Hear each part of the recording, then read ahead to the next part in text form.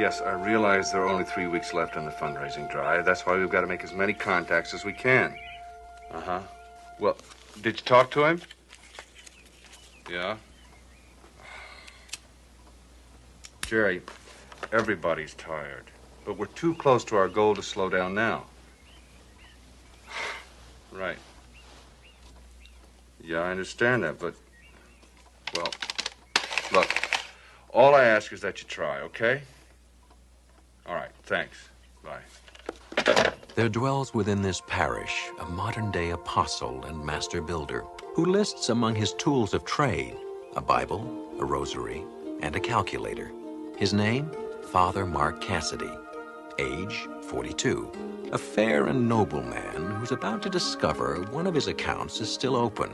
That account is labeled Guilt, and it's concealed in a ledger stored in the Twilight Zone.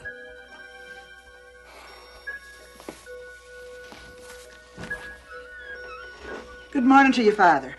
Breakfast is up. The bacon's cooked and crisp the way you like it. Well, I don't really have time for breakfast, Maggie. Got a meeting with the Trust Fall Foundation people this morning. But I could sure use a cup of that coffee. You look like you could use a bed. Maggie, please. We need the Foundation's participation in this drive, and I promised the bishop I'd get it. Is that the biggest cup we have? Why not hook up the coffee pot to an IV? Oh, Father, I know. What you do with your life is your business. Thank you. But what you're doing with it is not so good. I gotta go. You're working too hard on this hospital wing. You don't eat right. You need rest. Keep it up, and I'll bet you 2 bones and a cup of milk you'll be the first person needing a bed when it finally opens. It's a children's wing, Maggie. They won't admit me. And I think you're worse than a child when it comes to taking care of your health.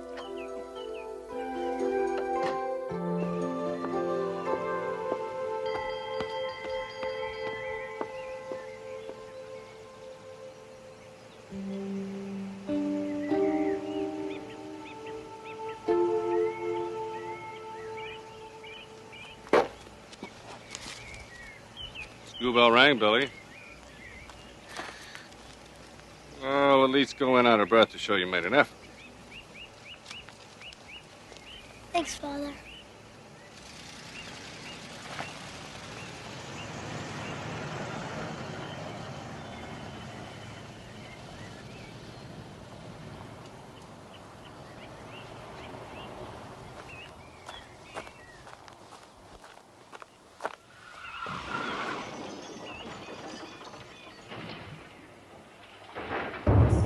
Maggie, call 911.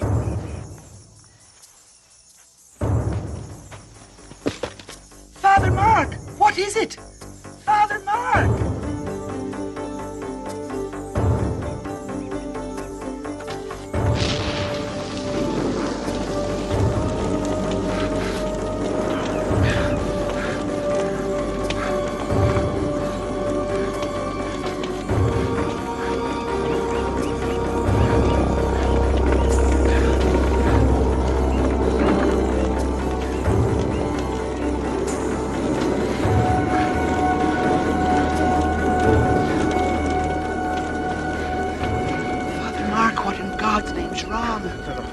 Go back.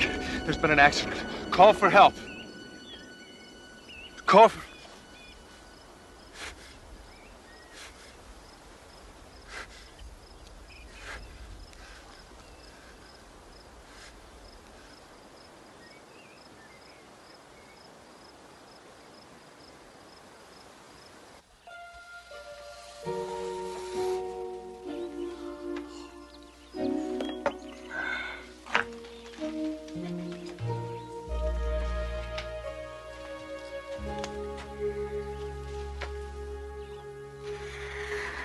I remember that children's wing when it was nothing more than a dream.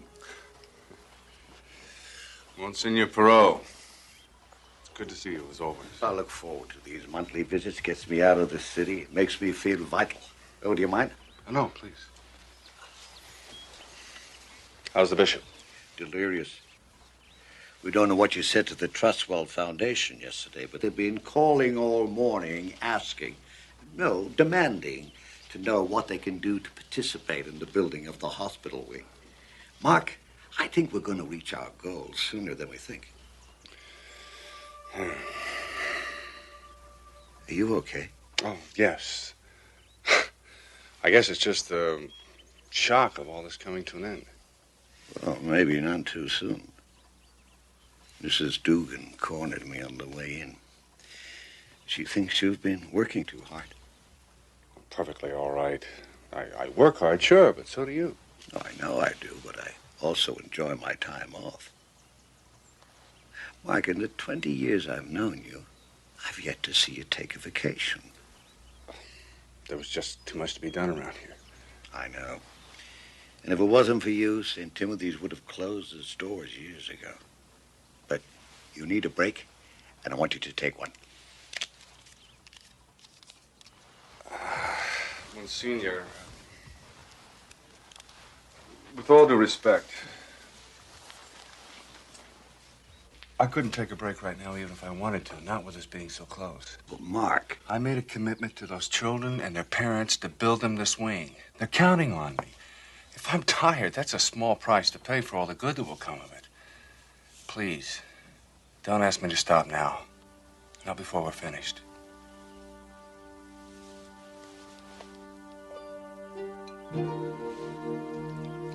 And Father Damien looked at the leper as though he were his brother.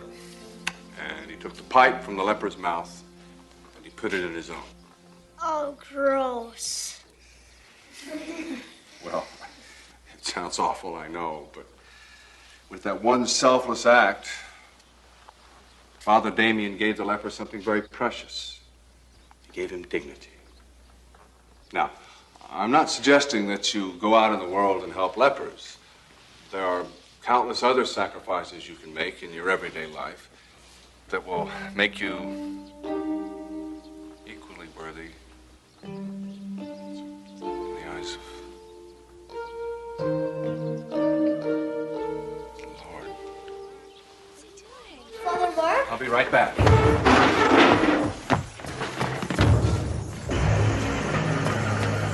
Wait!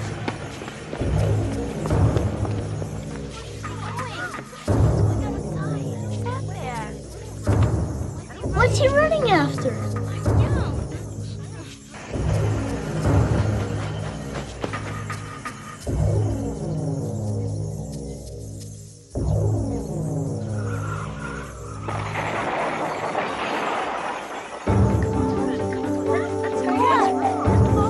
Let's go!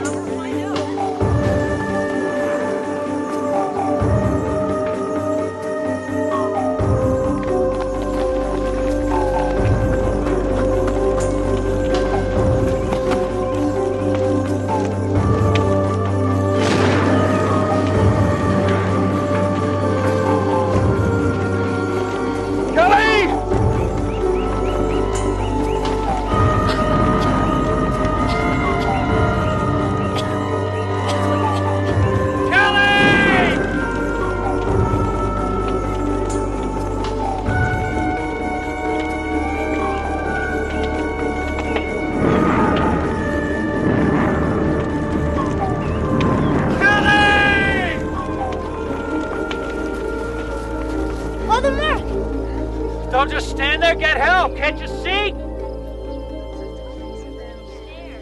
Can't you see?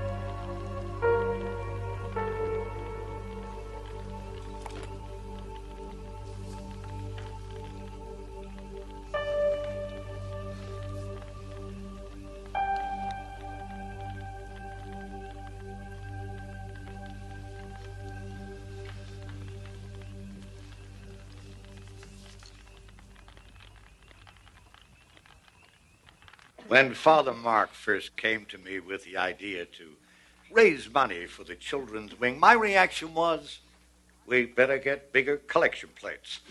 $2 million. I confess I had my doubts. But fortunately for all of us, he didn't. Father Mark, it is due to your undying faith and selfless devotion to the children of this community, to all of the people, that we finally reached our goal. The hospital wing will be built.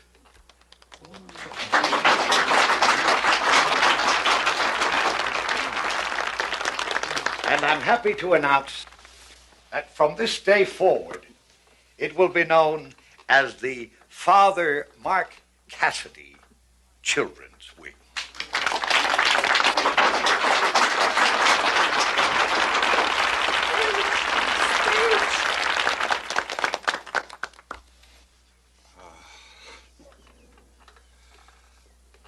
This is a great honor. I guess I should be happy, but I don't know if I deserve this. I know we all know this is an emotional time for all of us, so please, there's refreshments for everyone down in the church basement.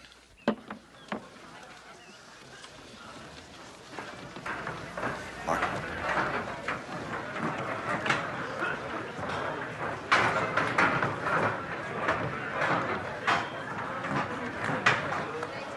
These are lovely grounds. I'm surprised you don't make more use of them. There's just no time.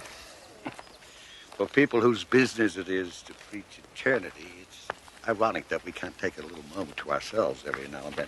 Oh, these roses are especially lovely. They were a favorite of a friend of mine.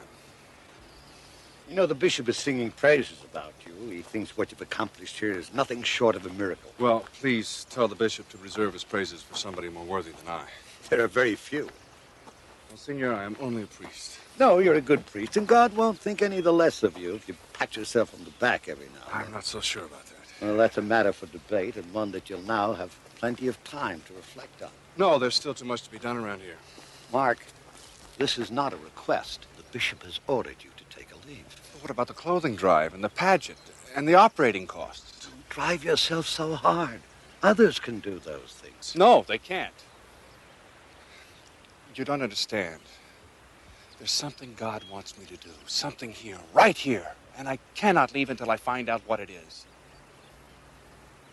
What it is? When you came here, St. Timothy's was on the verge of collapse. Now we got a thriving church, a school, a new hospital wing. The parish couldn't have survived without you. You've built a solid foundation. Now St. Timothy's can stand on its own. What about me? What do I do now? God gave you a mission, and you've completed it. Trust him to show you what to do next.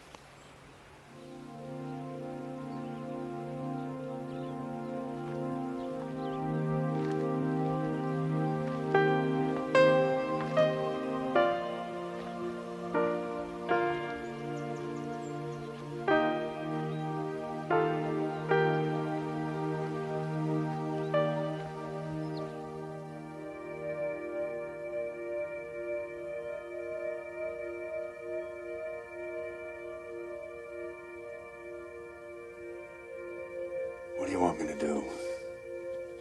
I live with Kelly's death every day.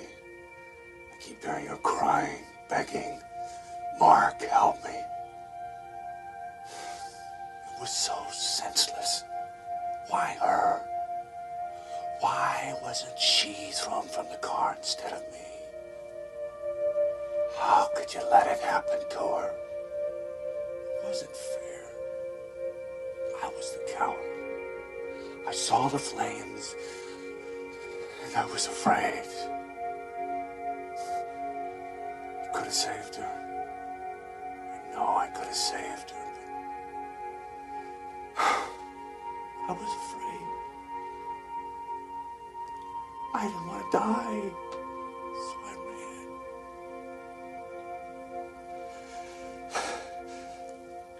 I know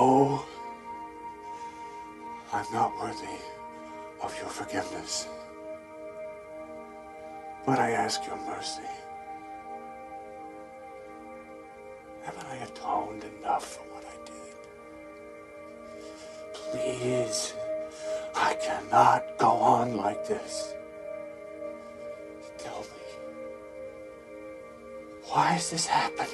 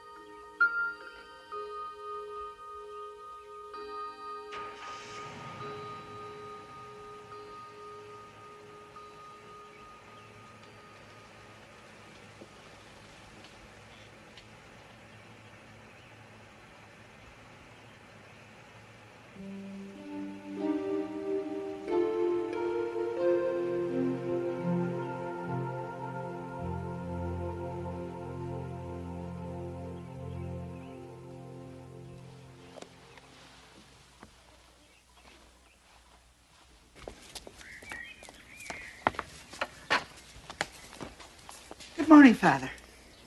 Yes, it is. You're looking extremely well this morning, Father.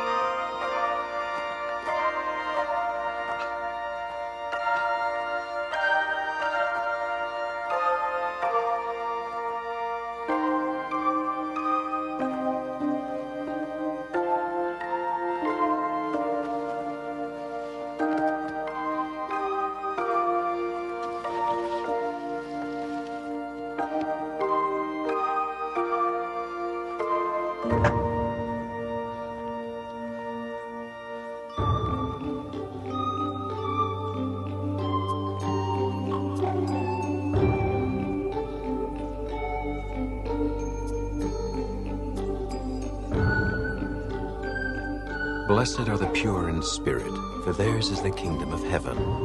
A message delivered from thousands of pulpits to millions of people yearning for peace, including one local parish priest whose road to peace and salvation crossed right through the Twilight Zone.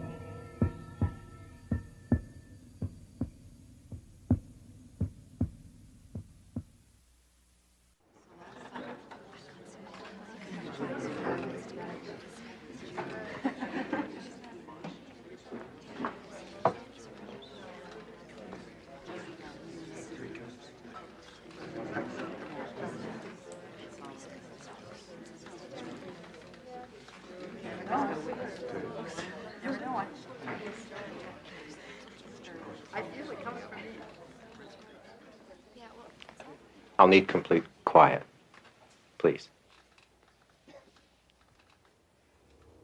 Lights, a crowd, the proper atmosphere, and the common coin of desperate belief. Commodities necessary to the life and times of Leonard Randall, who may or may not be someone else as well.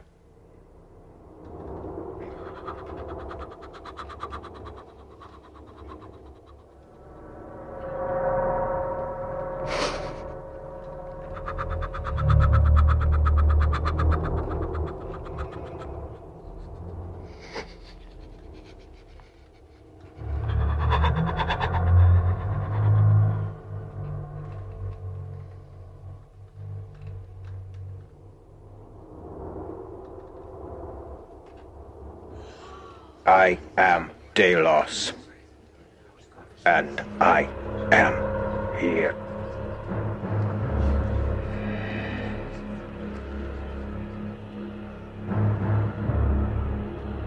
$10,000 ago was I born, and 9,500 years ago did I die. I have walked the cobbled streets of the place men called Atlantis, but which we called Shuma Zamoria. My master in wisdom was Eli Ben Zamora, who studied at the feet of the Undying One himself. To you, I bring what little I can offer against the darkness. I am Delos, and I am among you. Speak, and you shall be heard. So David is a nice man, and I think he's a soulmate. But I'm not sure. And I don't want to get married again until I found that soulmate. I'm really getting pretty desperate. My child, in Shuma Zamoria there was a rare breed of butterfly with wings as golden as the morning sun, and very, very fast. If you would try to catch it, so you would never possess it. And the more you would try, the more angry and desperate you would become. But the children knew better. They would lay down and empty their thoughts and be calm, and soon enough, the golden-winged butterfly of Shuma Zamoria would land. Just so. Do you understand? Yes. Thank you, Delos. This vessel grows weary. We must not tax the goodwill of our host. I have time for one last question. You, the one this vessel calls Julia. Thank you, Delos. A question, not for my own benefit. Why have you been silent for so long? And why have you come back now? I come through the one called Leonard because he has been chosen to receive wisdom. The universe has selected him, and through this he shall gain great wisdom. As for the second question, 5,000 years ago, Shuma Zamoria was destroyed, cast down beneath the waves, a victim of its own decay. And now, this cycle begins again. A third change is nearly upon us. It may bring great good or great evil. And you,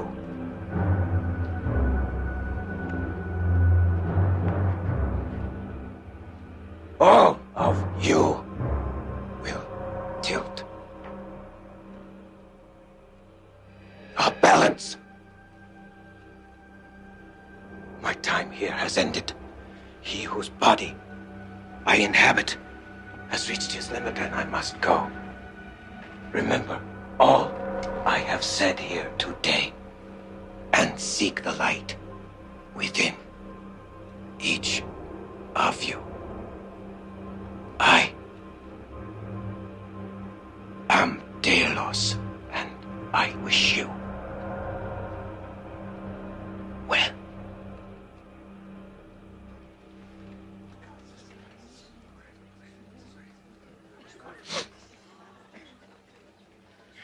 Ladies and gentlemen, thank you all for coming. But I'm afraid Leonard will have to rest for a while. We invite you to come back next week. And remember, an audio cassette of tonight's session will be available in the front lobby in about an hour. Thank you very much. Thank you.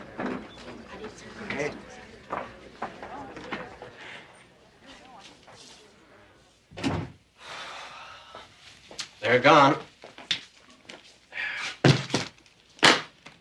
Leonard? Leonard. Hey, the Clippers are actually winning. Can you believe it? It's about time. Here, I want you to sign here and here. Okay? How was the take? The usual. Up from yesterday, which was up from the day before. Numbers?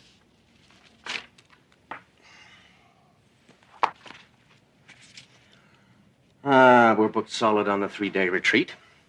Crystals, tapes, and amulets are up 5%. Book sales are up by 10, but holding. We got the printer standing by for another run after the TV show. Which reminds me, don't forget you got the pre-interview tomorrow afternoon at 3, okay? Good. Should be quite a reaction when Delos goes coast to coast. Just a hop, skip, and a jump till we have a show of our own. One step at a time. As our good friend Delos might say. Never take anything for granted in the prophet biz. Words far truer than he suspects. Hey, that's a good one. Huh? Yeah, thanks. It is a good line. Listen, get me everything you can on Daphne Blake. The more I know going in, the better I'll be able to tailor Delos. Yeah, will do. Shall I also send her a bio on you? I suppose, but nothing too spectacular. Just indicate that I'm a humble tool of the great Delos. But a worthy tool can be made from even the basest of metals. Right.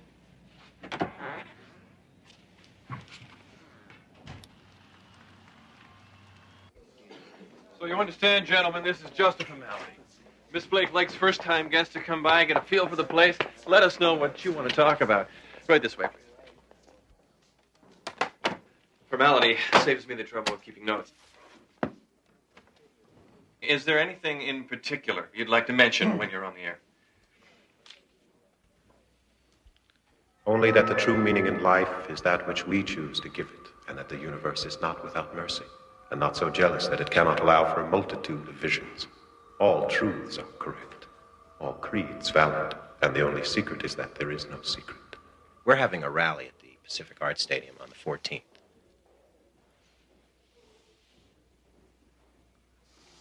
So perhaps Miss Blake would want to mention that. Sure. Which part? You'll have to excuse Mr. Randall. He's been working very hard. Sometimes it's hard to keep it all straight. I have no trouble seeing things as they are. That is indeed my curse. I see this television as the single greatest time waster in the history of mankind. You make sport of people's pain and exploit people and sell trinkets to those who cannot afford them. You do this to increase your own wealth. Yes, I see things quite well indeed. And I see that the woman in whose employ you labor is an adulteress, a user of chemicals. That'll be quite enough. You'll excuse me. What the hell is wrong with you? Where's the guy? He's gone, and I wouldn't blame him if he had the appearance canceled after what you said. I said what? I didn't say anything. Leonard, don't play games with me. I'm not, Don. Honest. You're not, huh?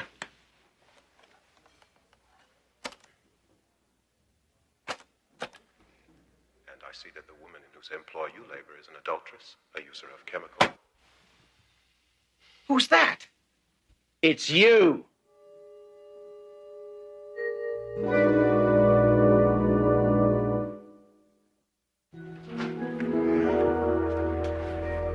So what's the situation? Okay, I talked to the producer at Daphne Blake's show. It took a lot of talking, Leonard, and a lot of favors called in, okay? We're still due to go on the air. That's good at least. Maybe.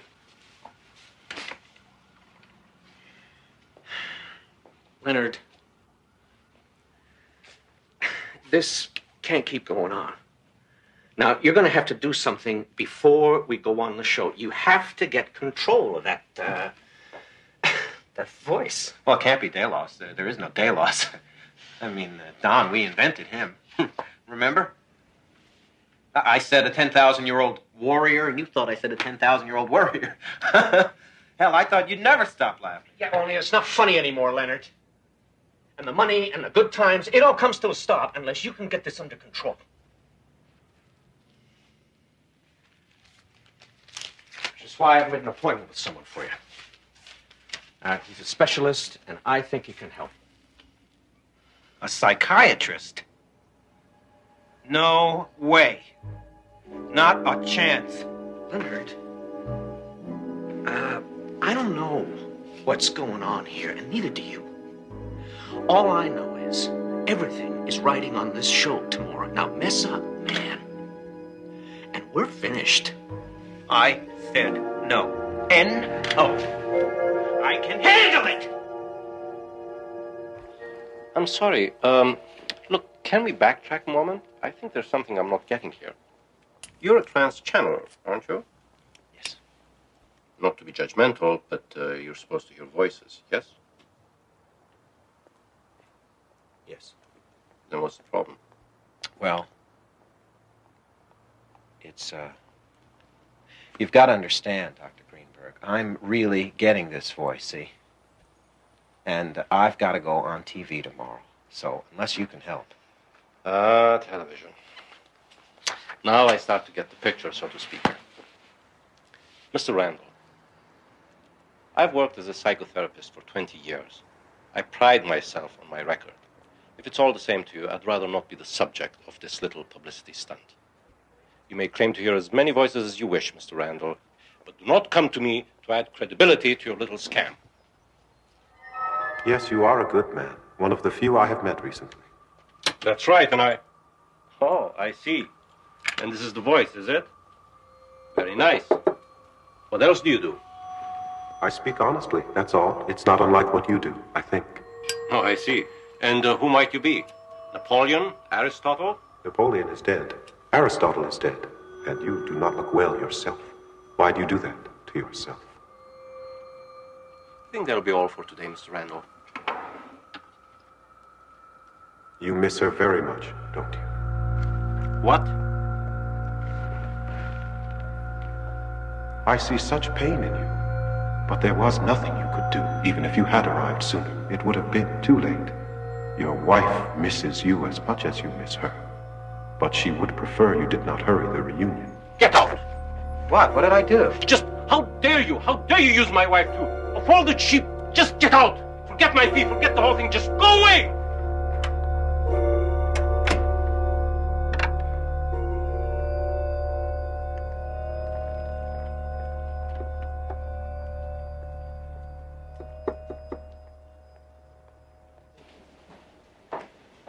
Hey, how do I look? Never mind how you look. How do you feel?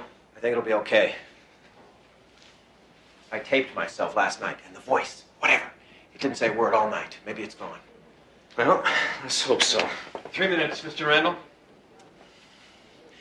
Look, just keep telling yourself, get through this, make Thalos a star, and we are set up for life. All right? Come on, let's get out of here.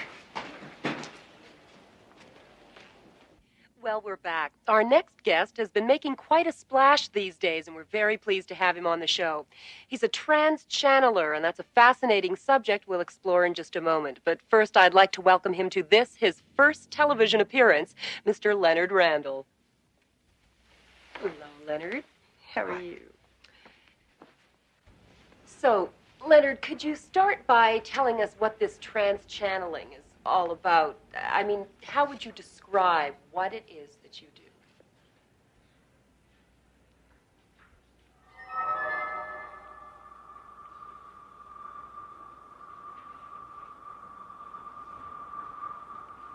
These are sad times, Miss Blake. All that is mysterious, all that is magic has been leached away. People who do not see the magic in themselves seek it in someone else. They are so desperate for mystery, for something to believe in. They are willing to accept without question even the most outrageous propositions. Such as? Such as the man sitting in this chair. and for the honor of being treated like sheep, for the distinction of being treated like gullible children they are willing to sacrifice. They would give it all for a scent of magic. Mr. Randall, do you suppose that we could speak with Delos? He's the 10,000-year-old warrior that you channel, isn't he? There is no Delos. There never was. Consider it an investment of innocence that turned a considerable profit. And now the game is over. The masquerade is ended. To the followers of Delos, I can only offer the sincere apologies of Leonard Randall. And one slightly used piece of wisdom. Do not seek enlightenment in the vain and self-indulgent proclamations of those who insist you must pay for your own soul. Do not seek it in this box or in the opinions of others. Seek it in the quiet turning of your own considered conscience. Thank you. Well, folks, you've heard it here first. We'll be back right after these messages.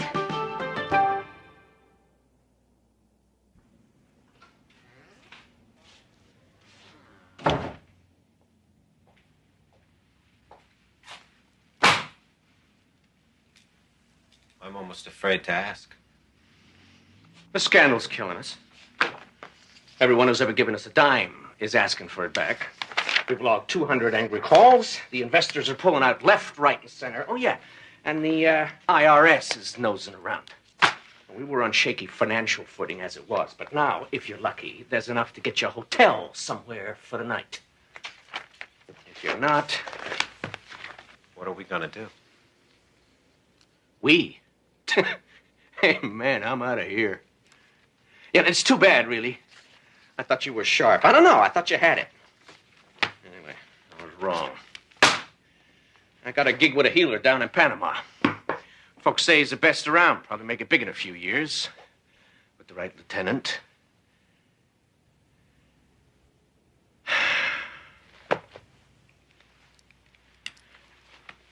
Get some serious help, Leonard. And if we should ever cross a hallway somewhere, just pretend you never met me. I will.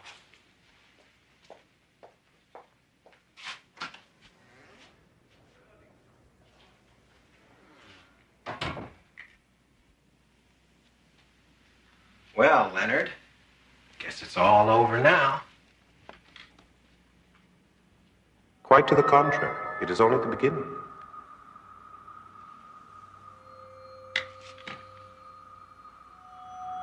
You. It's you.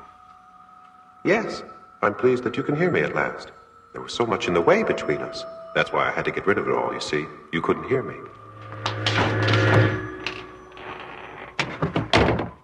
Anger, Mr. Randall?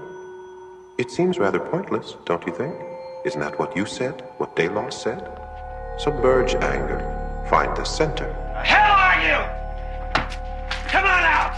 I'll kill you, you lousy! Where are you? I'm here, Mr. Randall. With you. Why are you doing this to me? Why? Look over here, Mr. Randall.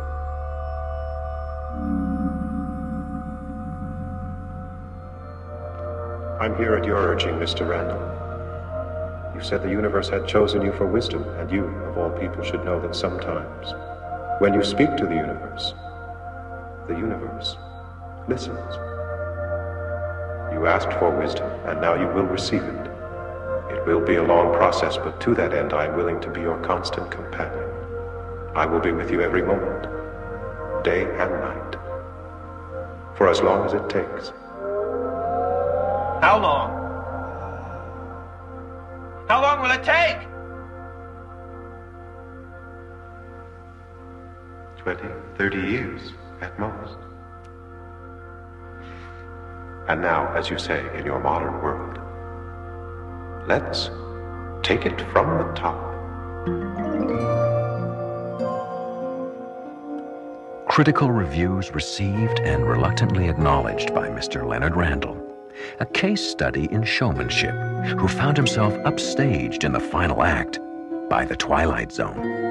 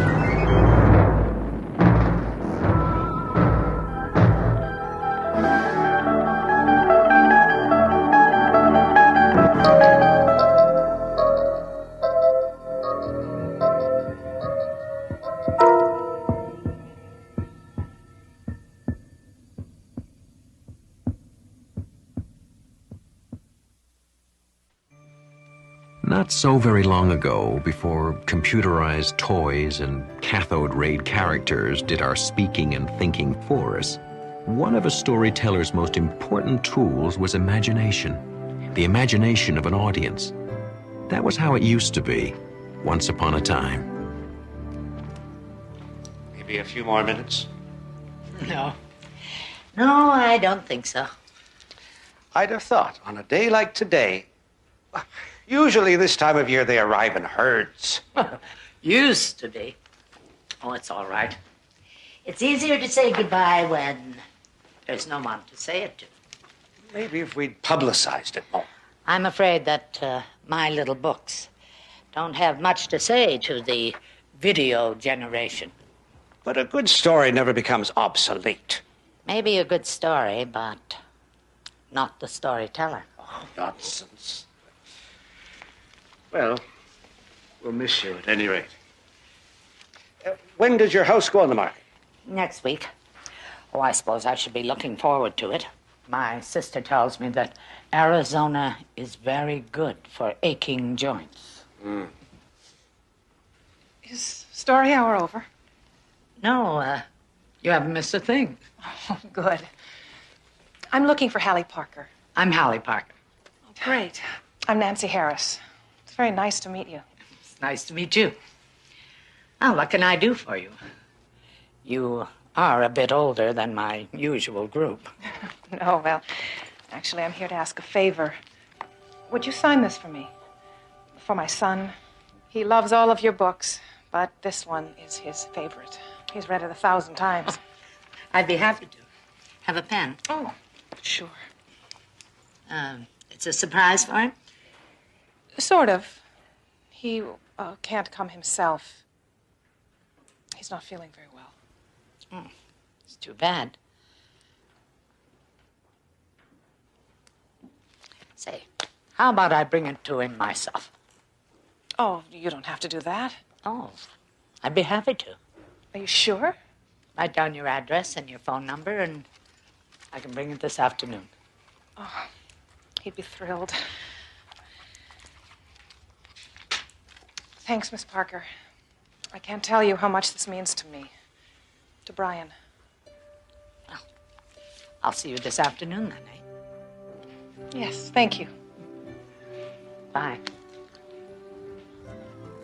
His room is right down here. Brian, there's someone here to see you. Well, so you're my #1 fan.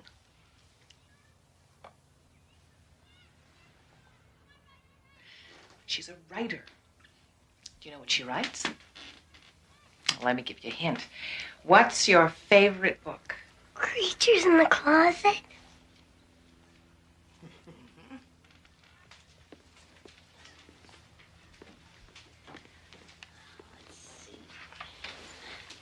Can you read that?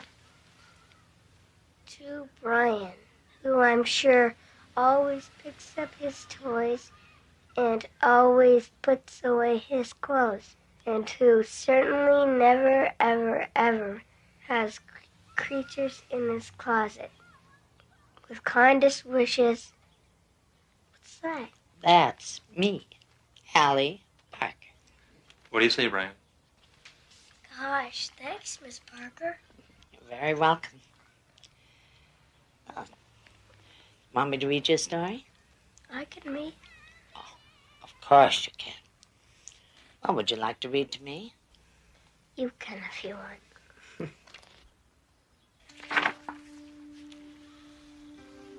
Once there was a lad named Ned who never, ever made his bed.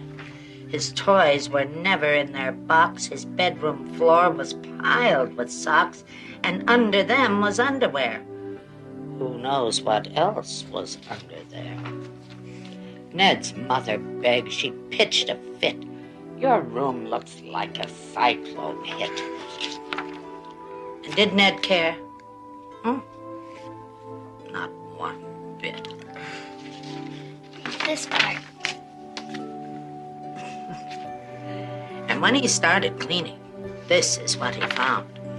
creatures in the closet, badgers neath the bed, no toys inside the toy box. A pen of pigs was there instead. I guess I never noticed, was all that dear Ned said. And Ned just said, so that's what made that noise. I knew it wasn't me. I'm the quietest of boys. It must have been creatures in the closet and badgers neath the bed that trampled all my toys and clothes and made my mom see red.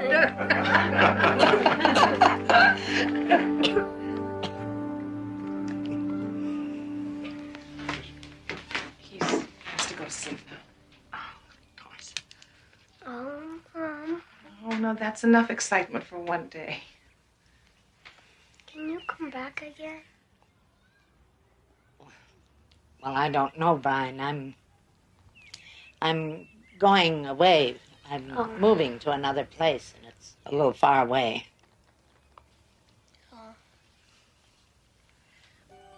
But we'll see. Okay, bye, Miss Parker. Bye, Brian. Now, you get well real quick.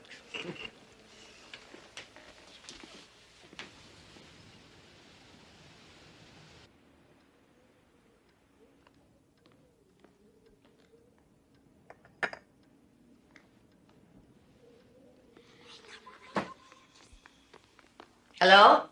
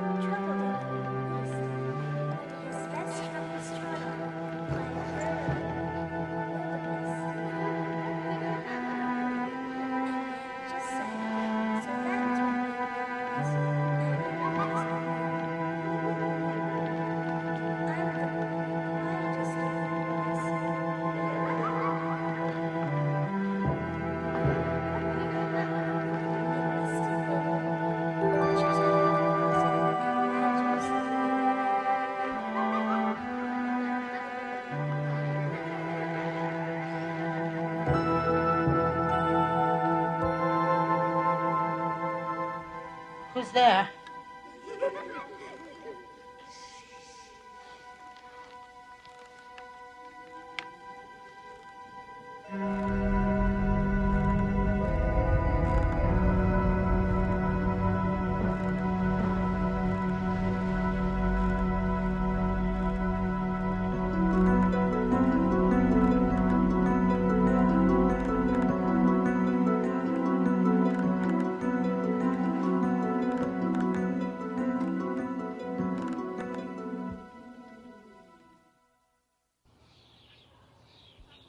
Broker's due here any minute. Young couple. She says they're looking for a fixer-upper. Okay, I guess. The neighborhood children are pulling all kinds of tricks on me, and I... No, Ellen, it isn't. Phoenix does not have a corner on the nice weather department, you know. Yes, I'll talk to you this weekend. Yes, bye.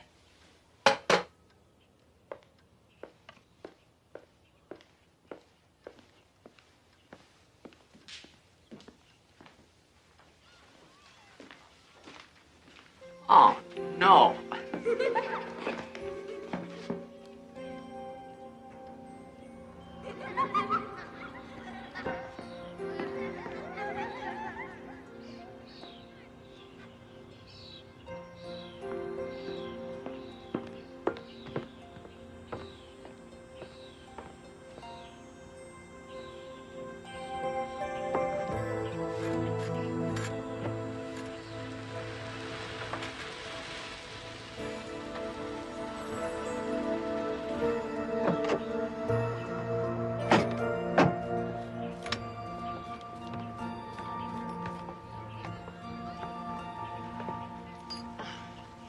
Hello. Have an accident? No, just some neighborhood children, so. Does that happen a lot around here? It's normally a very quiet area, isn't it, Miss Parker? Oh, yes. Very quiet. Very, very nice. Anyway, Paige and Martin Glazer, this is Miss Hallie Parker. Well, I imagine that you've knocked some baseballs into living rooms in your day, eh, Mr. Glazer? I've never been one for sports. Anyway, shall we get started?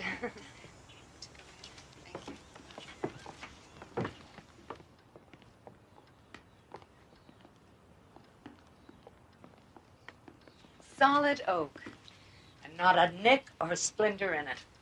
So that you can slide down the banisters sometimes if you want to. Gee, Miss Parker, I hope we're not keeping you from anything. No, no, not at all. Shall we move on?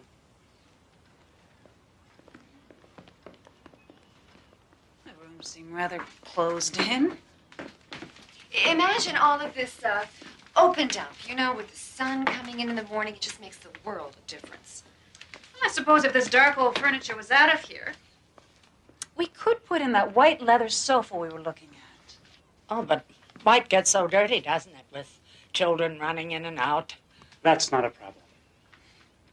We're not planning on children. Next room? I know it seems tiny in here, but it's all the books that make it feel so small. Still very dark, though. I'm thinking skylight. And some throw pillows, a pale, soft gray carpet. You could even knock out this side wall. It would make a whole new room. So many memories. We're standing in a bit of history, you know. I mean, Miss Parker wrote all her famous children's books in this room, at this very desk. Didn't you, Miss Parker? Oh, yes, Perhaps you're familiar with some of the titles? I doubt it. No? Well, they escape me at the moment, too. Anyway, onward and upward. Now, you'll notice that the staircase actually complements the home. It sort of sweeps you up to the next floor, where you'll notice that Well, I guess it has potential, although it needs a ton of work to make it livable. Well, of course you're right, but that's half the fun, isn't it? Breathing new life into an old place. Oh! All I need is kids running into my house all day. Is this what you call a quiet neighborhood? Oh, well, it's normally a very... Well, it's only children with their playthings. I told you this place gave me a bad feeling. Let's go. Miss Parker, do you want to sell this house or not? I was only trying to be helpful. You're only trying to be helpful. Well, how about keeping the toys picked up and the kids out? Thank you so very much.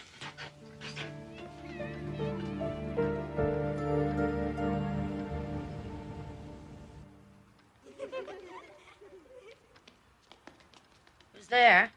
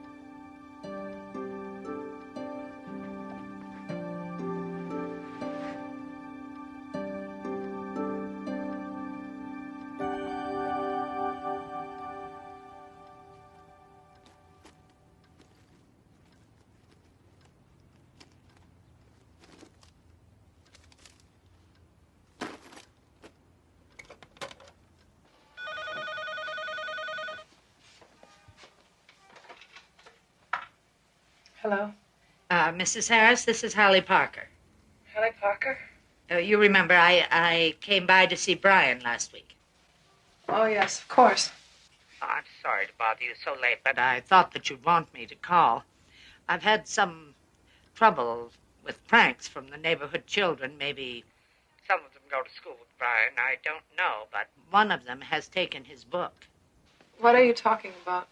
The book that I autographed for him. Miss Parker, Brian's dead.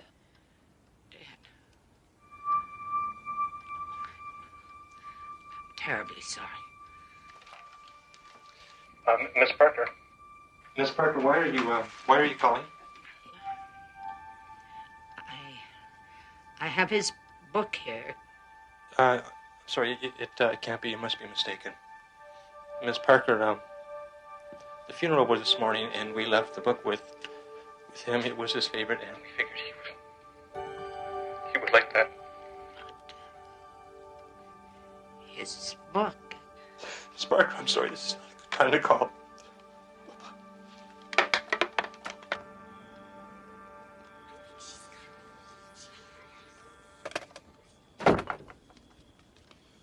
Who's that?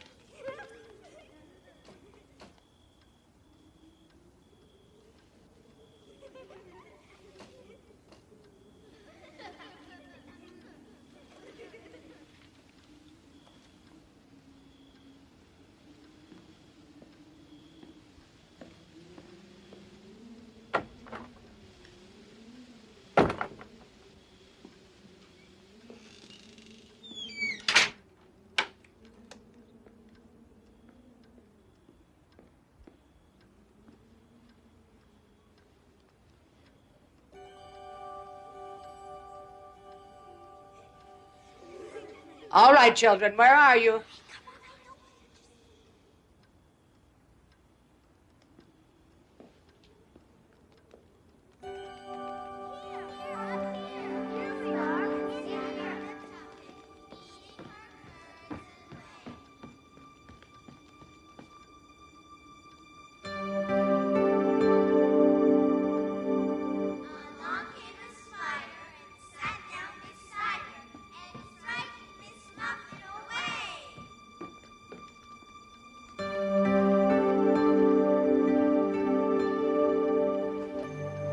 Don't go, Miss Parker.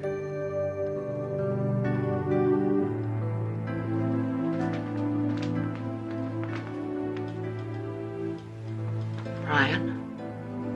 Read us a story. Us? Me and my friends. We want you to stay. Stay! I want you to stay. Read us a story. You won't leave us, will you?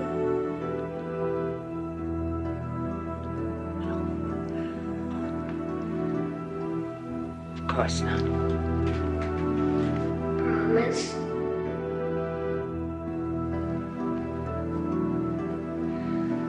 I promise.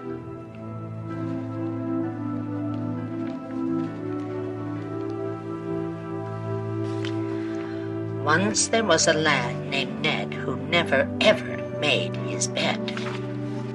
His toys were never in their box. His bedroom floor was piled with socks, and under them was underwear. Who knows what else was under there? Ned's mother begged. She pitched a fit. Your room looks like a cyclone hit. And did Ned care? Not one bit. And when he started cleaning, this is what he found. Creatures in the closet, badgers in the bed, no toys inside the toy box. There was an old woman, a page in a book, mere phrases and words at which no one would look. But a tale worth telling has a life of its own, happily ever after, in the Twilight Zone.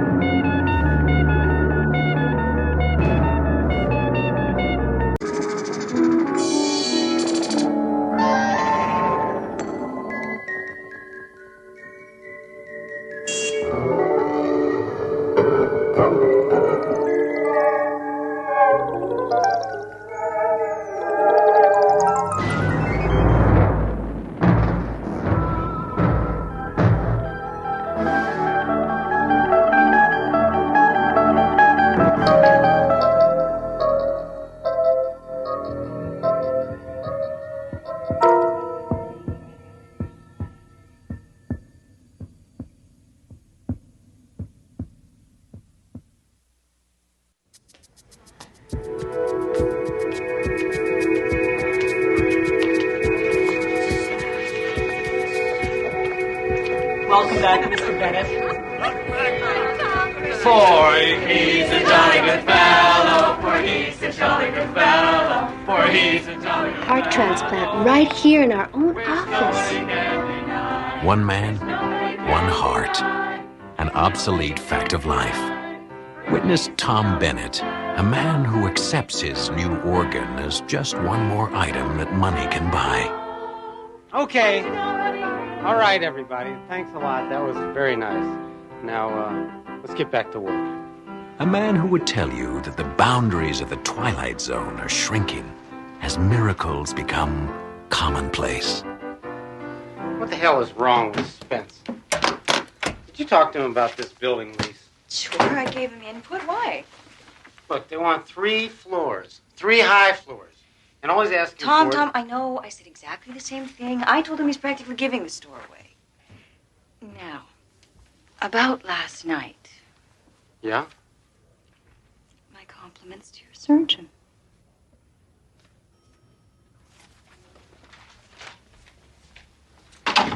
Hey. Hey, guy. Welcome back. Place hasn't been the same without our killer shark. Yeah, I noticed that. 60,000 feet at $2 a foot. We can get at least 2.5 for that. Are you okay? Yeah, I'm fine. Well, that's a first. Tom Bennett loosens his tie. Tom, are you sure you're feeling okay? If you can show me where we can hit them up for some more money. It's easy. How is it easy? You just up the price to 2.5 per foot, and then tell them to take it or leave it.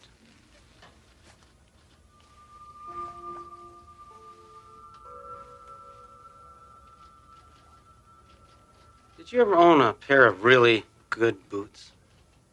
Excuse me? Yeah, the kind of boot that fits around your foot like it's always belonged there. Don't look at me. If it doesn't have 3-inch heels, I'm not interested.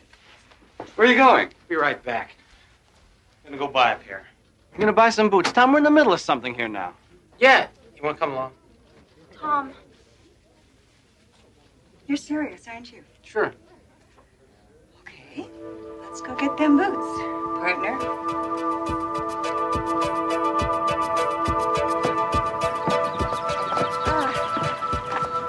For me lunch? You shouldn't have. Come on, let's go for a walk. Okay, what's that? Hot dogs for lunch, strolls on the beach. Tom, this is not like you. But it's great, isn't it?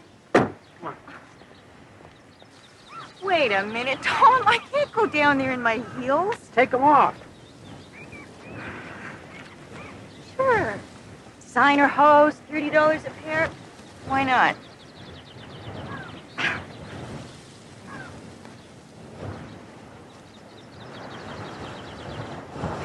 Nice, huh? Yeah, Tom, I really have to get back.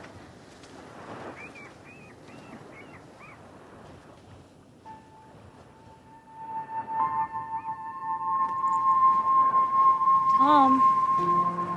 Hello? That woman. What about her? I've seen her before. Where? You mean here before? No. Yeah. Maybe I have.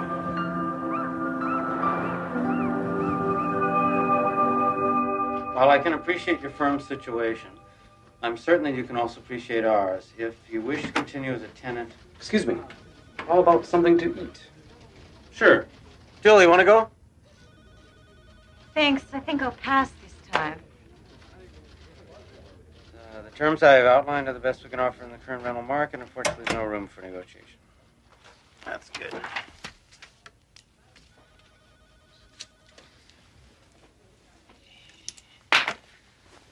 You know, I was thinking this place could use a few plants. Definitely. I'll order some. Let's go. Good night, Mr. Bennett. He used to hate plants.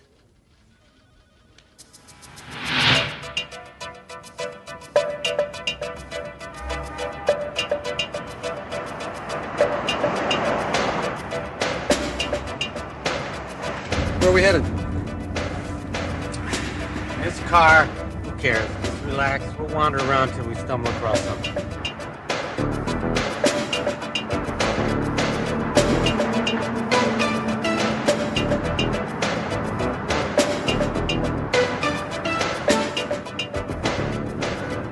Okay, what's going on? Told you, just wandering. For an hour? Look, I know you like driving this car, Tom, but I'm starving. Hey, bear with me. I feel lucky. Jesus. Now, that wasn't wandering. Tom. I don't know. I just felt like going in this direction. Tom, when you have a heart transplant, it's got to be a shock to your whole system, you know? Did they warn you about anything like, temporary craziness?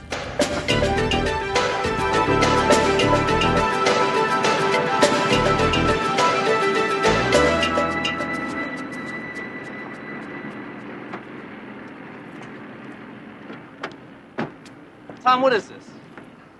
This is dinner. Get the hell out of here. You got an immune system that's already stressed out. This is not dinner. You look at that. What, the waitress?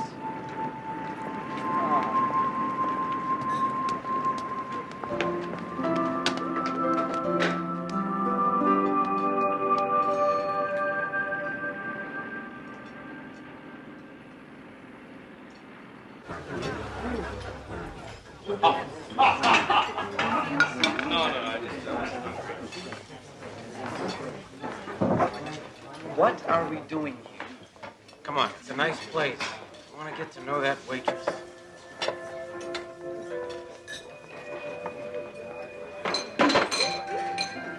Why? I don't know. There's something about her. It's like she's somebody I want to talk to. Mister, is there some reason you've been staring at me since you walked in here? I didn't mean to make you uncomfortable.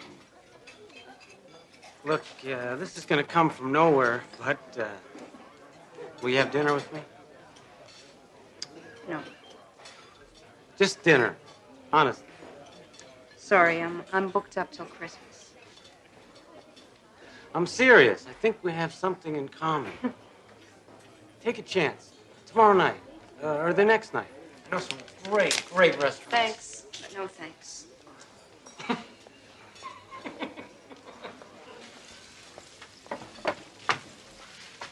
He asked me for a date. What did you say? What do you mean, what did I say? I said no. Mary Jo, you have got to start dating sometime, and this guy looks like one hell of a way to start. Why does he keep staring at me? Weird. Look, what about Ralph? He'd ask you out in a second if he thought you were available. Well, I'm not available.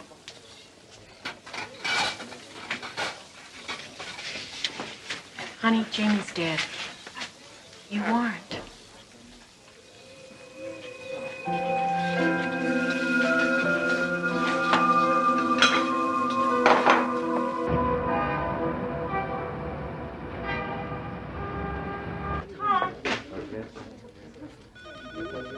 Tom, I want to talk to you.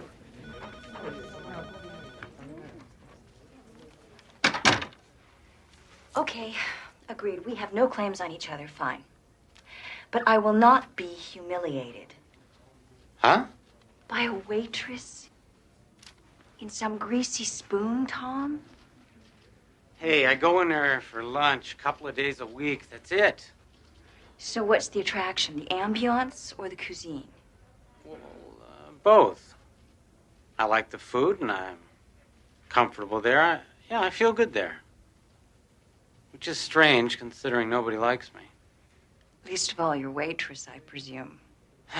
She's not my waitress anymore. Mary Jo refuses to serve me. Which is just the kind of challenge you like. Wrong. As a matter of fact, I keep telling myself this is stupid. What are you doing there? But then, a couple of days later, there I am. Oh, poor baby. All that meatloaf and no love.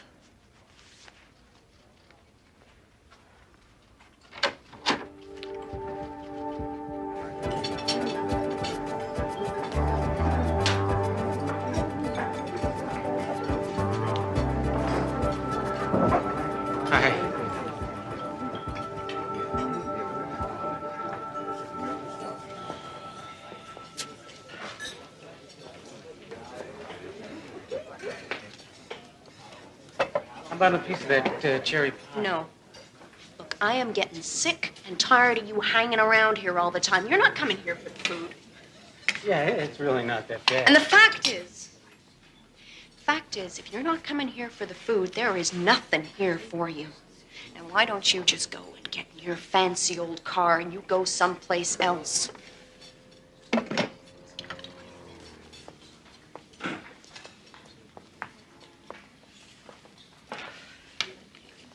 Don't you get the message? You're not wanted around here.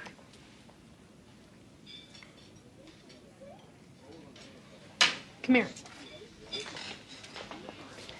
It's not that you're not a nice man. It's just that, well, you gotta understand.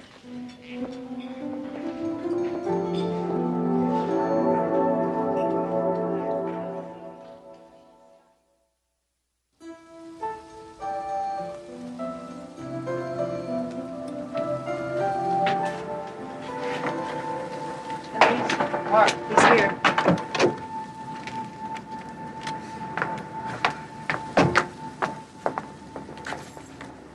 I gotta go.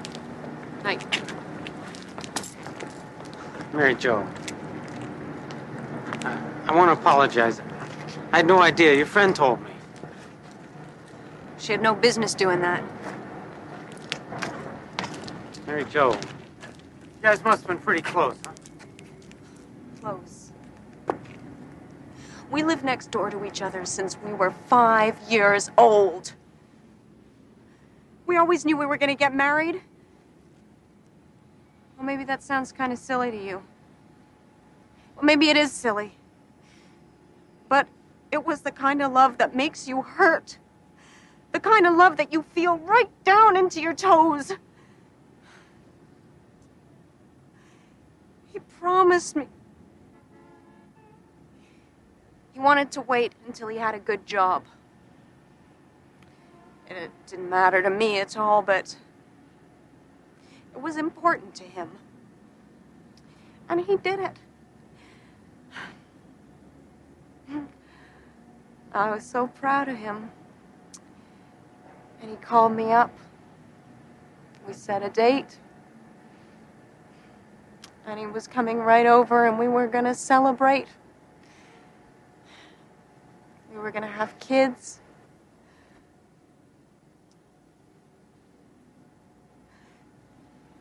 They said he drove off the road.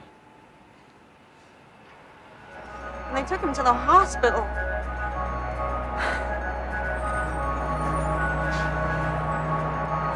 Even in death, he did good by somebody else. That's the kind of guy that he was. What do you mean? Nothing. Nothing that would mean anything to you. Now, please go away! Wait, what was his name? I want to know his name.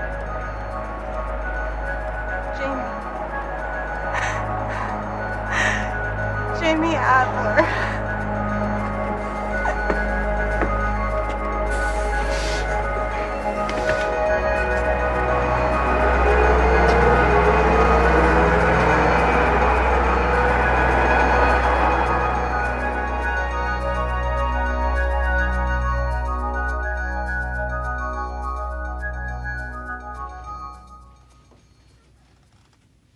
Thank you, Doctor.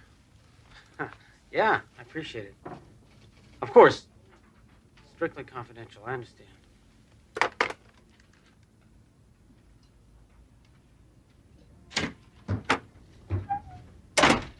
I've just been on the phone. Me too. Did you tell McLaughlin that he could set his own price? This is crazy, Tom. There is no way we can agree to it. You know whose heart they put in me? It's a man named Jamie Adler. Very nice guy. To which of you should I tender my condolences? It's a good question.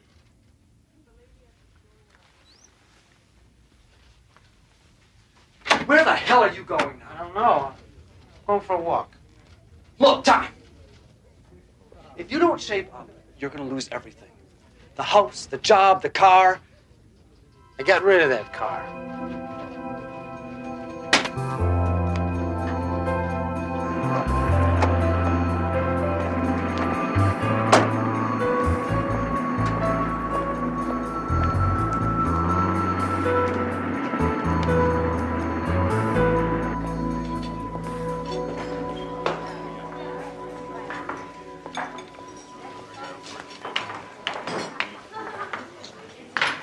What do you want? Coffee.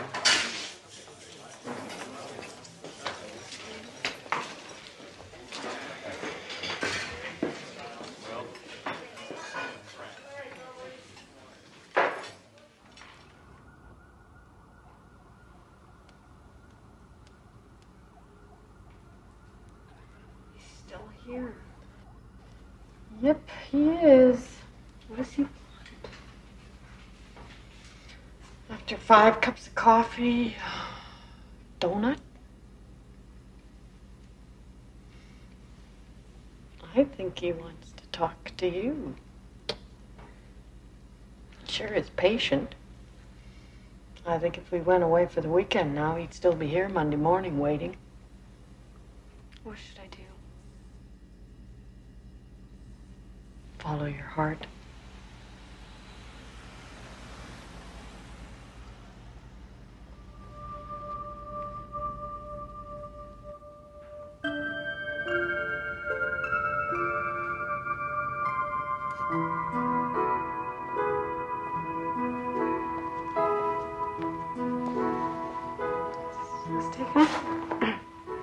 No. Please.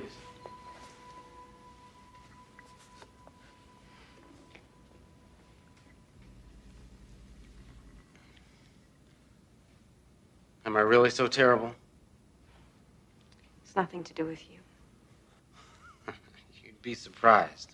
I'm sure you're a very nice man. I'm not ready for anyone right now. Can I tell you something? Sure. This morning, I got this news. It's the kind of news that makes you want to go lie down for a while. I was scared. Then I kind of got comfortable with it. You don't have the slightest idea what I'm talking about, do you? Not really. Look, for a long time I was sick. They said it was my heart, but I think maybe it was my life. Half the time I didn't know what I was doing, and the other half I did, but I'm not sure which I'm more ashamed of. And now I've got another chance. What do you want from me? Just a chance, whenever you're ready. I've kicked open a lot of doors in my time, okay? But I'm willing to wait for this one to open by itself. If it does, I'm gonna be there, I promise.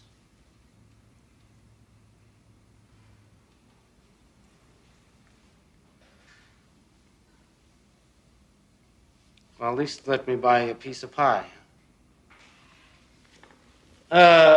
Madam, give me a piece of strawberry pie with peach ice cream, please.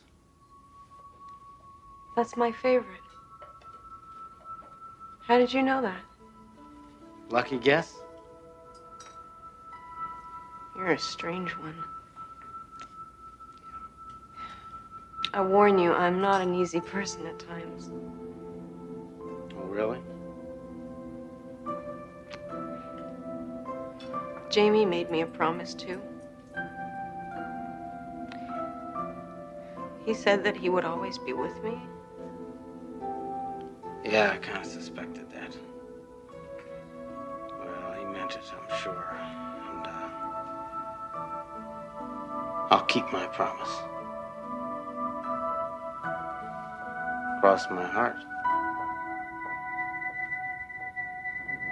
A philosopher once wrote, "The heart has its reasons that reason does not know." Perhaps he was born knowing that truth. Or perhaps, like Mr. Tom Bennett, he discovered it with a little help from the Twilight Zone.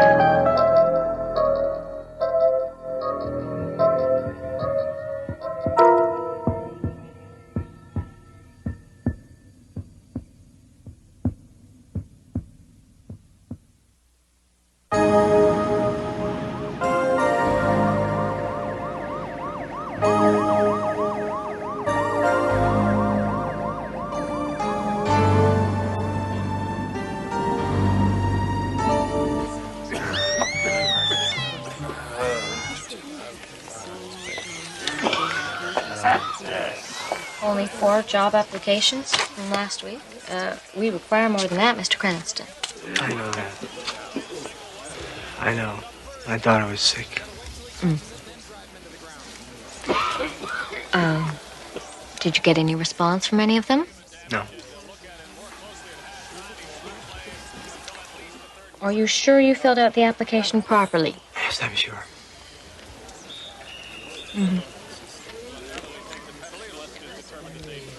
Maybe if you borrowed a nicer coat.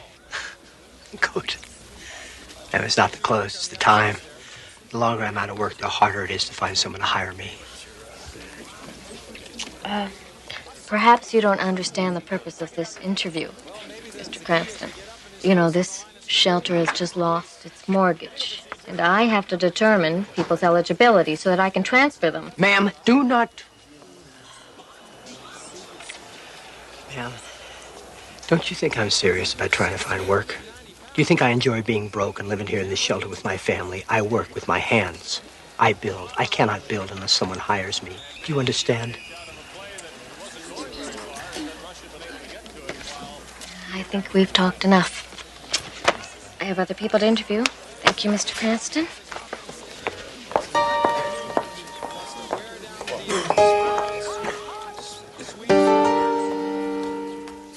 Steve Cranston, a man living what Thoreau called a life of quiet desperation.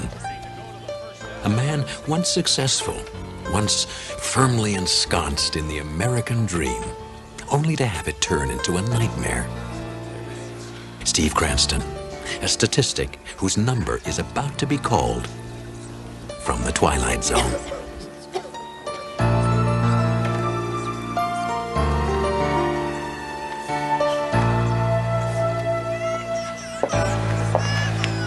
It's okay, Steve. Something's got to break for us. No, maybe it is my fault. Oh, you know better than that. You'll find a job soon. Soon is not going to cut it, Elaine. If I don't find something, we're going to be out in the street. You know they're closing this place down. What about that job program they're starting over in Carsdale? I told you, the job program has been put off for a month. You know how many positions are open? 20. You know how many applications there are? Over 200. Now you tell me what our chances are. What are we gonna do? I don't know. I don't know.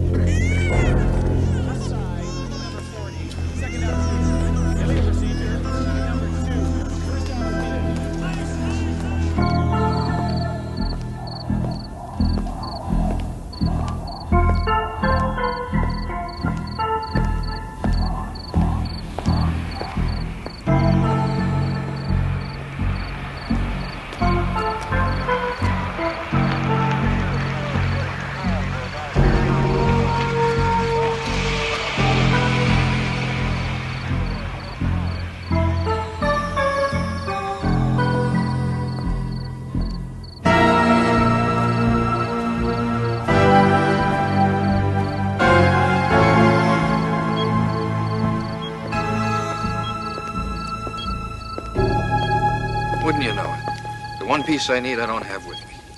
Well, what do you suggest be done in the meantime? Just leave it off tonight. I'll be back in the morning. Leave it off? I mean, do you really think that's such a good idea? Oh, look, I've left the arm light on. Nobody will know the whole system's down unless you tell them, right?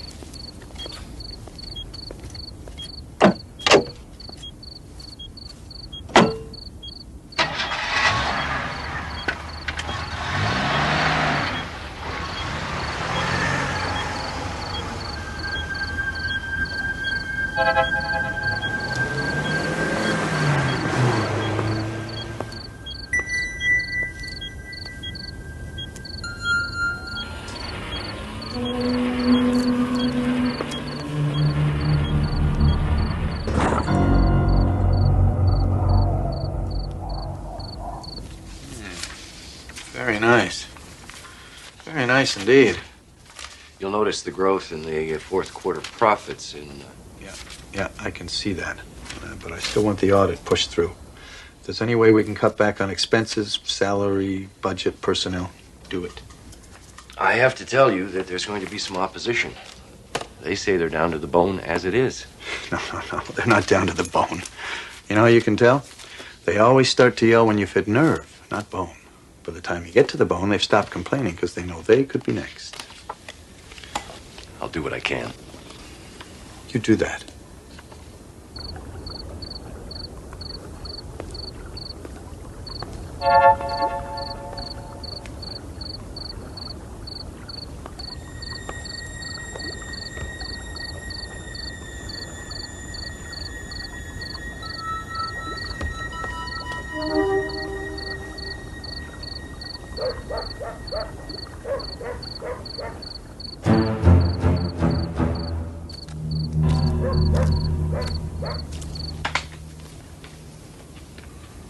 Well, I see you're ready to leave. You have that look.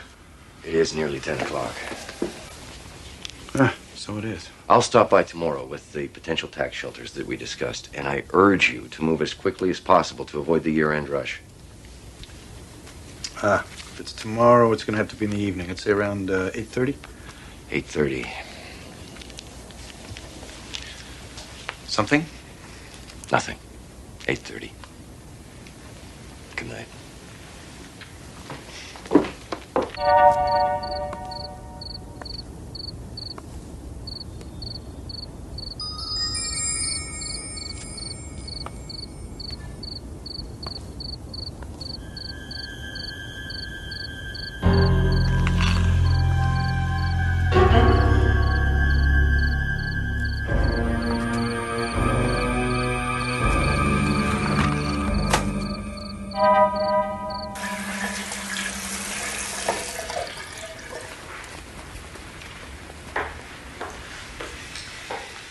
Will there be anything else this evening, sir? No, I don't think so. I'll do a little reading before I go to bed. Very good, sir.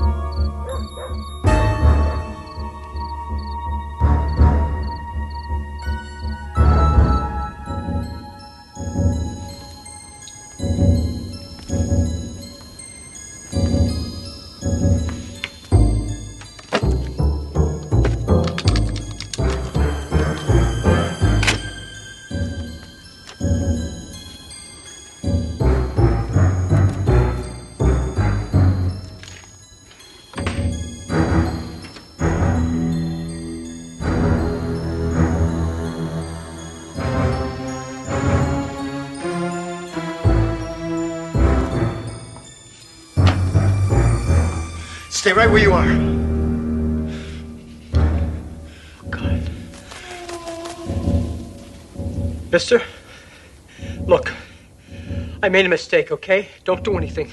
I'll give you back. Don't move! Back up. Mister, you don't understand. Back up. What are you gonna do?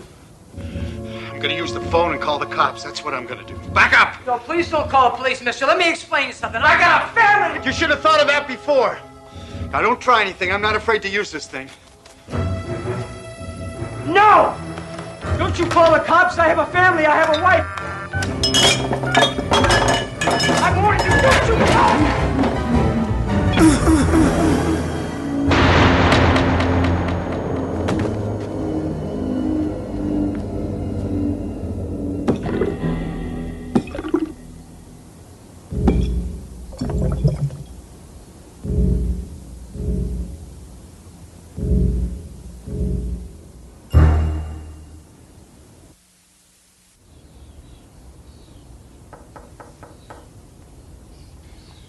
Good morning, sir.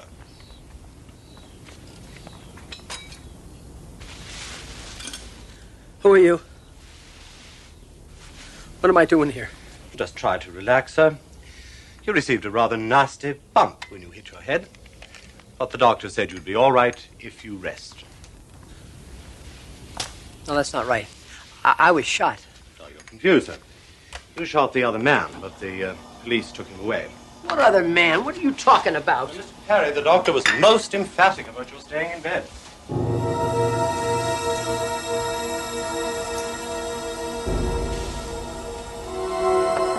Wait a minute. There's a picture here of Lana Taylor, the movie star, and I'm in it. What am I doing in this? Oh, well, as I recall, sir, you and she are romantically involved, I believe. No, wait. Who do you think I am? Frederick Perry, sir. No, no. No, that's wrong. That's totally wrong.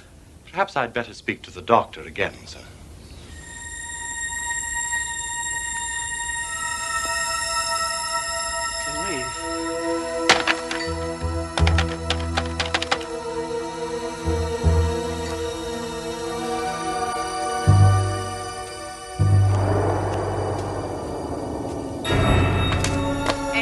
Shelter.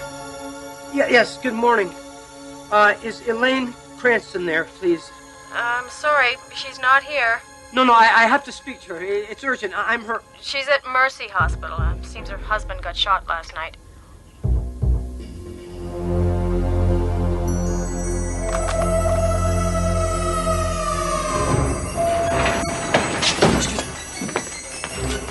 Elaine? Elaine? Lisa? Oh, thank God. Thank God. What are you doing? What's wrong? What are you doing here? Leave me alone. Honey, what's wrong? Don't you recognize me either?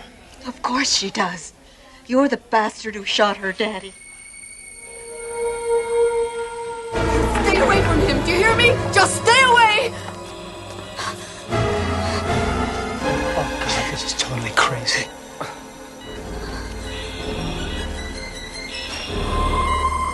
Just because he robbed you was no reason to try and kill him.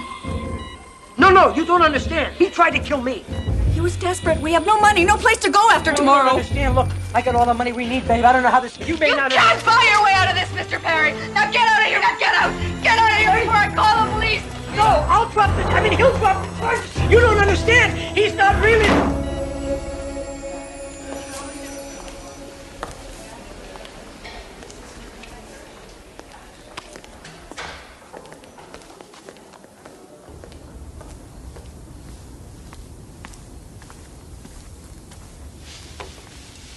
Here you are, sir. I hate lobster. I thought you loved lobster, sir. Things change. Too many things. I'm sorry. Tell the chef it's swell, I guess. Swell, sir?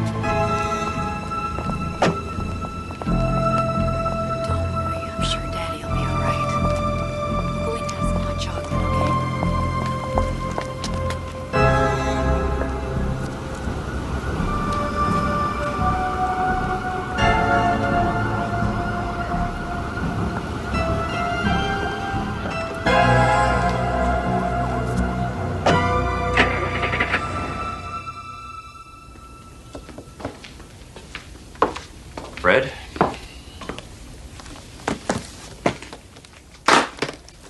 What are you doing here? I'm here as you requested. Have some background material on the matters we discussed. And I need a couple of signatures just to get the process going here. Could I see this just for a minute?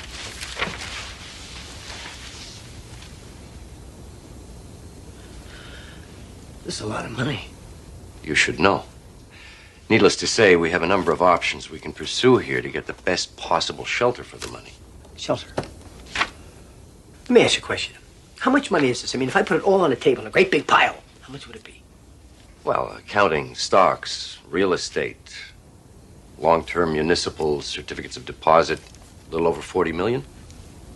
Of course. And, of course, there's about 800,000 in cash and mutual funds. And I could spend that, right? Yeah, sure. You could. Do you know this place called the 8th Street Shelter? It's a place downtown for the homeless. Their mortgage is running out tomorrow, and I'd like to, To what? Not buy them out. Yeah, I would like to buy them out. I'd like to buy out their mortgage. I'd like to make sure they don't close down tomorrow. But, Fred, you can't just... Why not? It's my money, isn't it? But why? What's the reason? Never mind why. Just do it tomorrow morning. You sly fox. Something big's going to happen there, isn't it? And you want to be in on it. Let's just say the decision I make is going to affect an awful lot of people.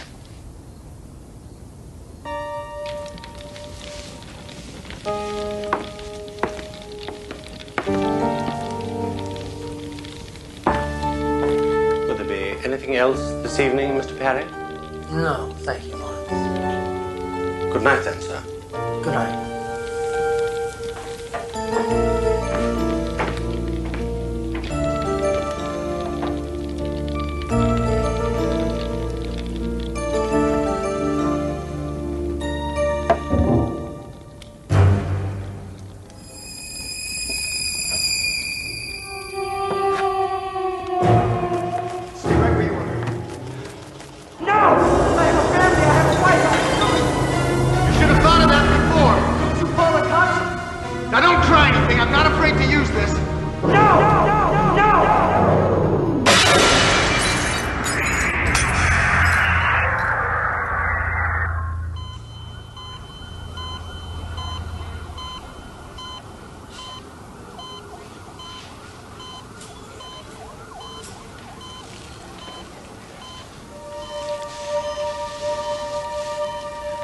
Elaine.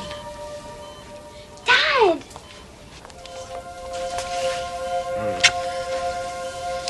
Steve. Thank God.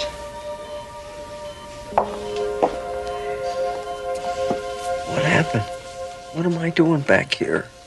You were shot breaking into the house. Don't worry, sweetheart. The man you tried to rob dropped the charges. Take it easy. As soon as the doctor says you're better, we can go back to the shelter. The shelter? Isn't the shelter shut down? No. City applauds. Benefactor. Listen to this. Spokesman for financier Frederick Perry announced plans today to buy out the mortgage on the 8th Street shelter. Perry, when reached for comment, simply said that it was the right thing to do. But it wasn't him. It was me. Maybe in a way it was. Maybe Perry saw what desperation could do to somebody and thought it was time he did something about it. Best of all, honey, I talked to the director of the shelter, and he said there's enough money now for some real work to be done, and he wants to hire you.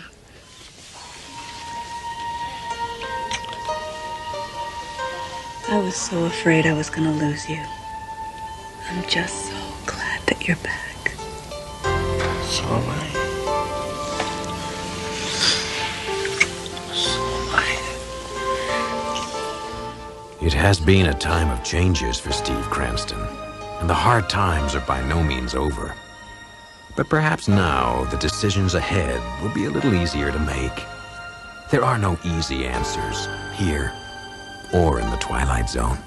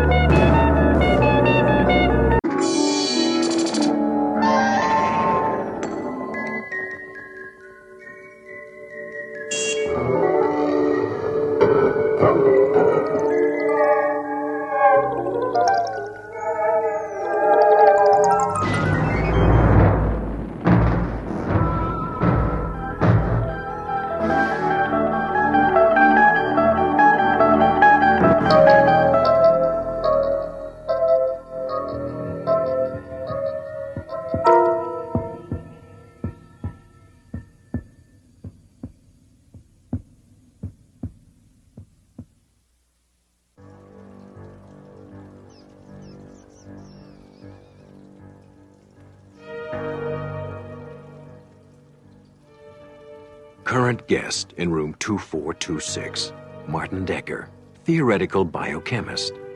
Checked in for observation a week ago. It seems he was displaying antisocial behavior, wrong thinking, and other intellectual crimes against the state. Diagnosis: schizophrenia, curable only by intense therapy sessions, followed by a full confession and disclosure of the facts. Once cured, Martin will be released. Or buried.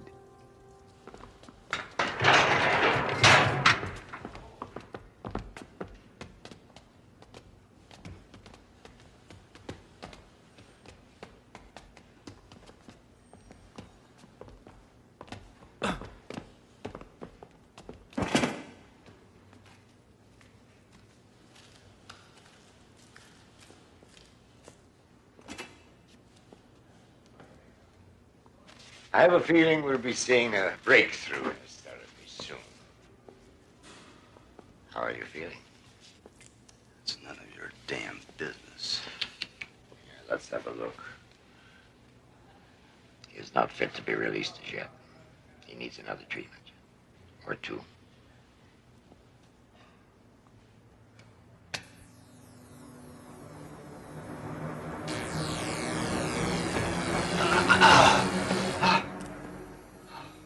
You could make things very simple by telling us where to find the notebooks.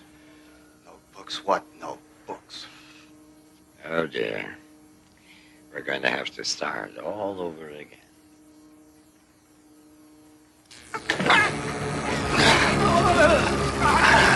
The notebooks! You'll never see them. You're willing to suffer for a few sheets of paper, a few chicken scratches and ink. What is it anyway? It's only a new way to kill grasshoppers.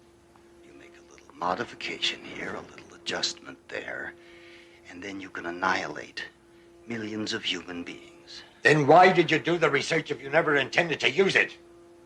I'm a scientist. You wouldn't understand this, but there are people who believe that ideas have an innate, intrinsic value.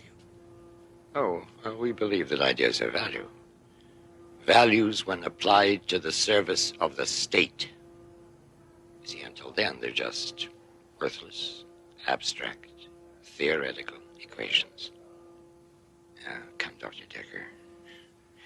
Surely you must have known how this might be put to use. I was blinded by the research grants and the awards and my pride in my work. I thought of the bacteria as a way to wage war on famine and hunger. But then I realized, in your hands, it would be just to wage war. And you don't have a right to knowledge like that. That's where you're wrong, Dr. Decker. We have a right to all knowledge. Why don't you just write down the processes? It'll save us all a lot of trouble, and you a lot of pain. I couldn't do it if I wanted to. process took years. Just tell us where you've hidden the books. I see this is going to be a useless discussion any further.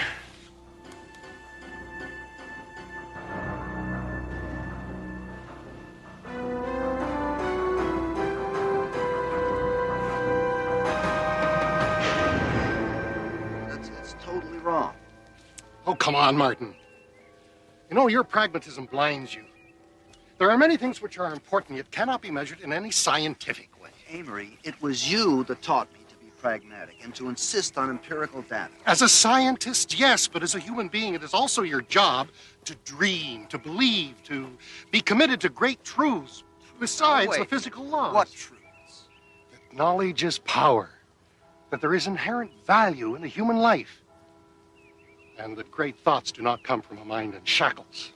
Oh, what about Gandhi? He did his best thinking in prison. Only his body was imprisoned. His mind was free. Here's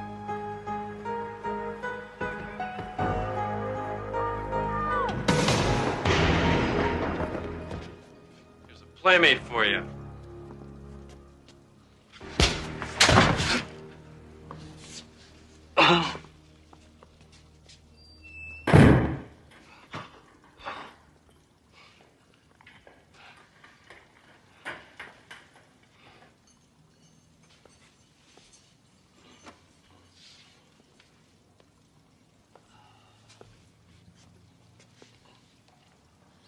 They're gone now. Thanks. It looks like you're going to live.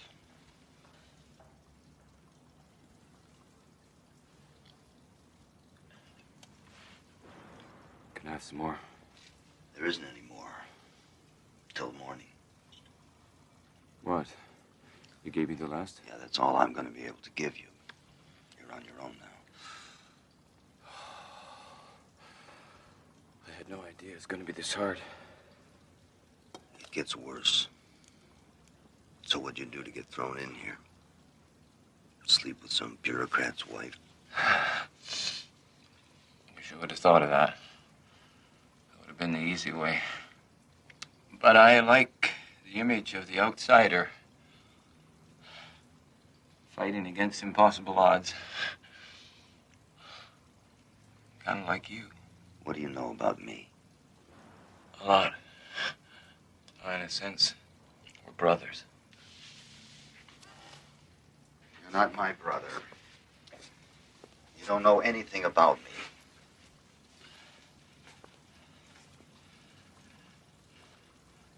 I know enough. Oh, really? I know about the notebooks.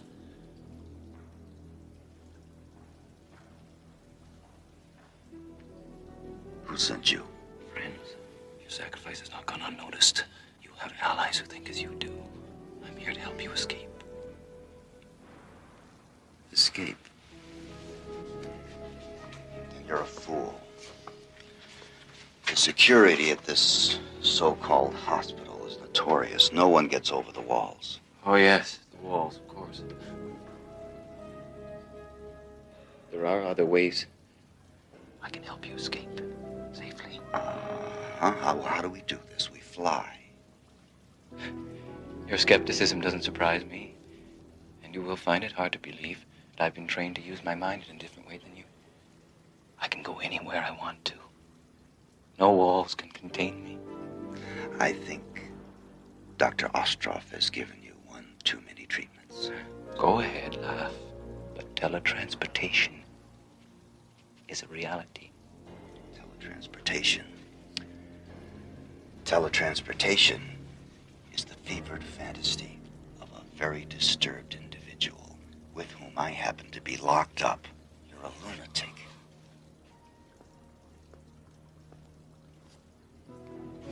It does sound ridiculous, doesn't it? Yes, that sums it up very well.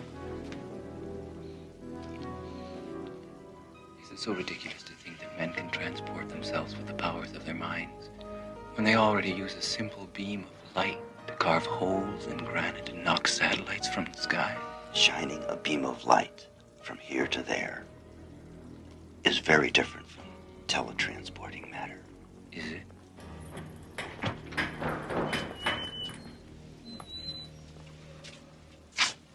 Mr. Decker, the doctor will see you now.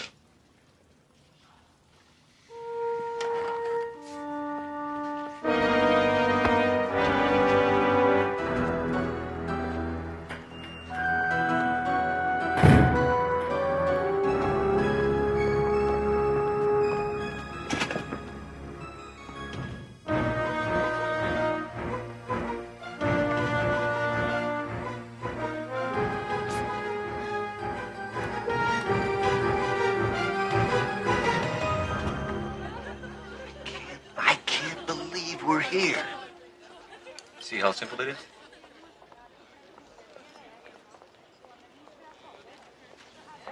It's been so long, I forgot what the real world was like.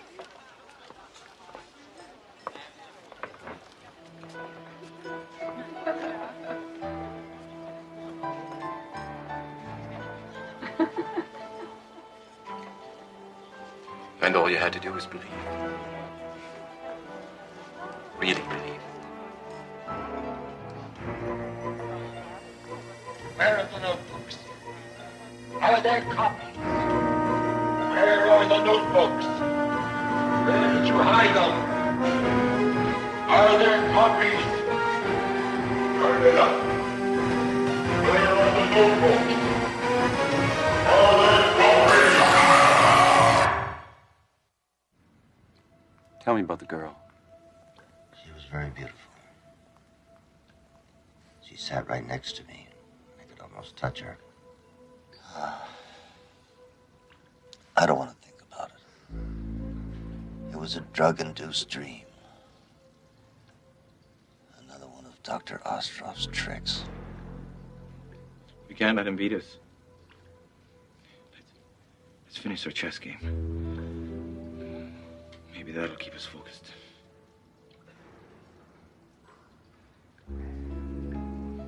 Bishop to queen 4. Bishop takes pawn. Bishop takes pawn, your move. A rook to king 7, check. Right. Good move. Let's see, king to knight. Knight. I can't. I just can't see the board anymore.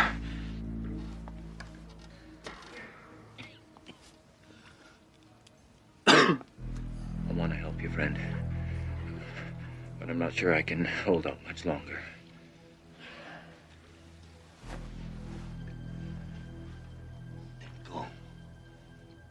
Go! If you can go take a walk on the beach or spend the night in some woman's arms, go! Leave me alone! I can't. I have a mission. Unless I get you out of here, I failed. You are not the only one with convictions, you know. Idiot.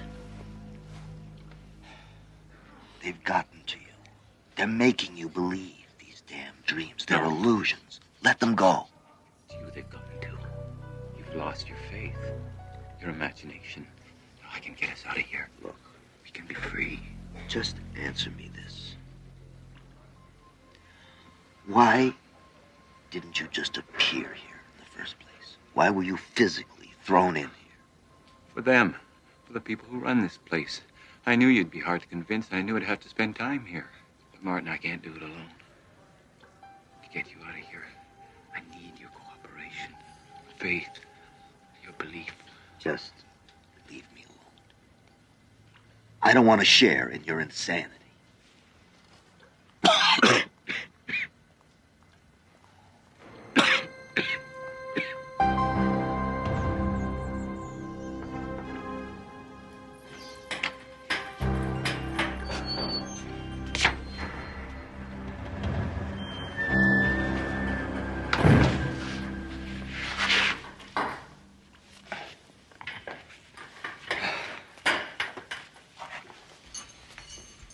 You don't need to suffer like this, my friend. Oh, stop. Just listen. All it takes is belief.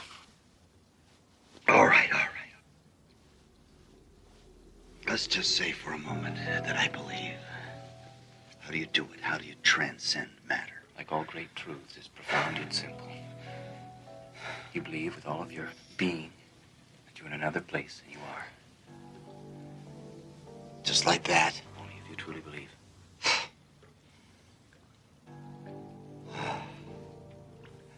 What does it feel like? It's kind of hard to describe. It's kind of, well, the closest thing I can think of, it's like falling asleep, feeling weightless. What if something goes wrong? At least you won't be here.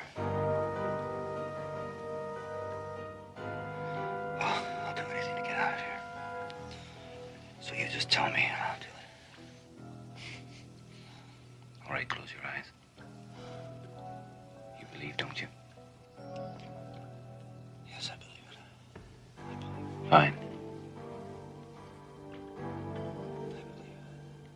How do I know where I'm going? I'll guide us in our journey. Just let yourself go. You'll be safe. Just let go. It's a safe place where no one can find us. A room above a boulevard. A safe place.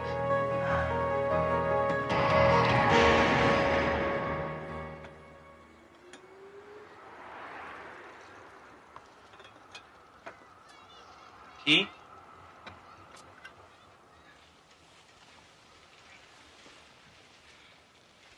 What is this place? A safe house.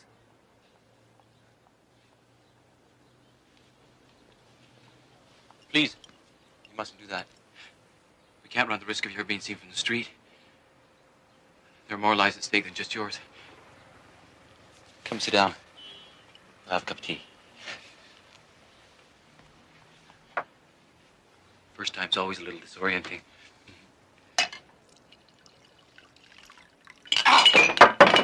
Why'd you do that? I just wanted to make sure that it wasn't a dream. You convinced? I can't believe we did it. We got out. But how is that possible? I have to understand the mechanics of this. It has to be some kind of biochemical energy exchange. How do you work it? You made it work. Yes, I did, didn't I? But how? In due time. Sit down. We have more important business. What could be more important than a scientific breakthrough like this? The notebooks. We've got to destroy them. Of course, I'll have to go and get them. No. That would be too risky.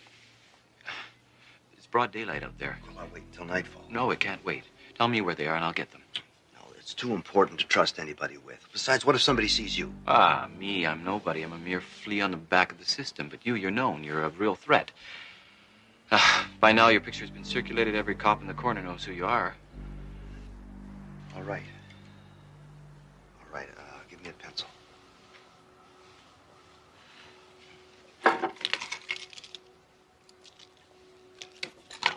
You have to go to the university. And you go to this room in the biochemistry building. And behind the lectern in the wall is a false panel, and the notebook is there.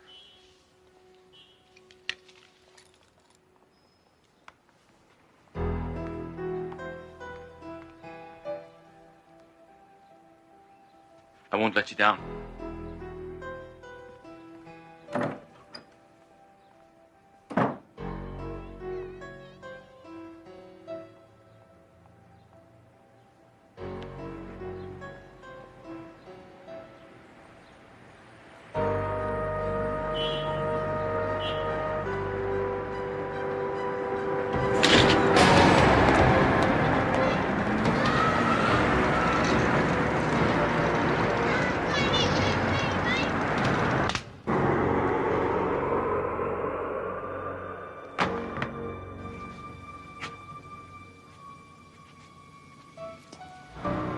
Good work.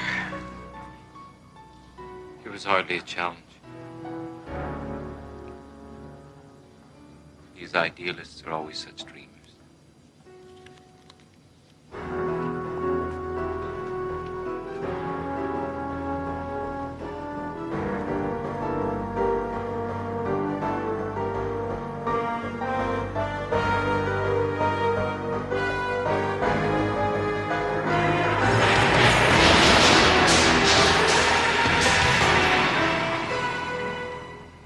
He's gone.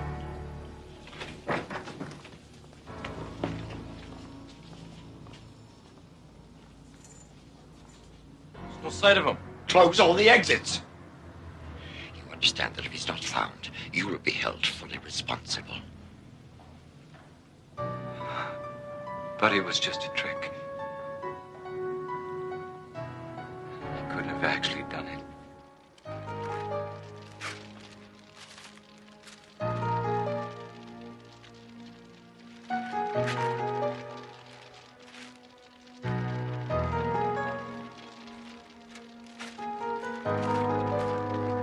As man has progressed, up from the mud and down from the trees, his best tool has always been logical thought.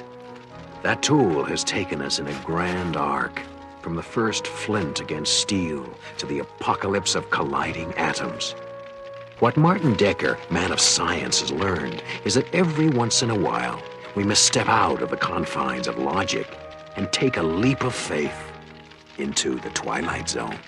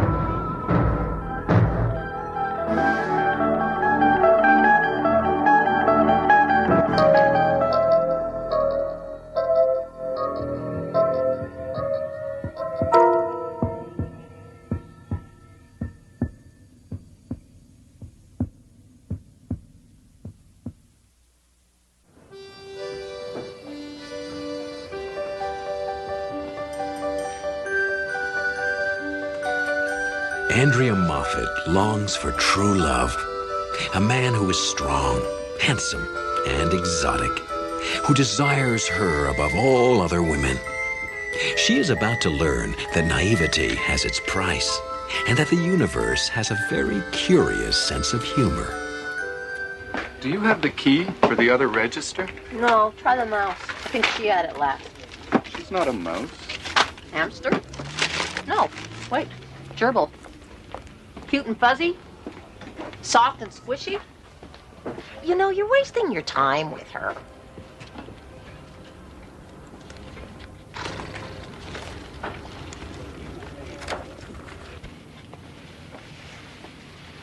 Hi. Elaine said you had the key for register 2. Oh, yes, I do. It's over there. It's no problem. Andy, I was wondering if you're doing anything after work tonight? It's nice of you to ask me. Yes, I am. I'm busy. But thank you.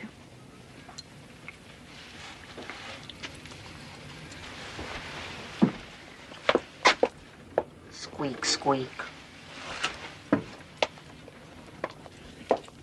You know, you really shouldn't pass up Carl. He's not such a bad catch. I mean, someone like you can't afford to be choosy. Quiet, I mean. I know. But he's no Prince Charming. Honey, there ain't no such animal. There are lots of other kinds of animals. I can tell you all about them. They're the ones who would rather chew their arms off than stay until morning. And then, of course, they're the ones who expect you to make breakfast for them as a reward for their performance. Elaine, you said you were going to give up those downers if they ever catch you. But they won't. Because my dear, sweet friend Andrea is going to watch out for me, isn't she? One of these days it's going to catch up with you. If I didn't take these, I couldn't sleep. If I couldn't sleep, I couldn't work. We wouldn't want me to lose my job, would we?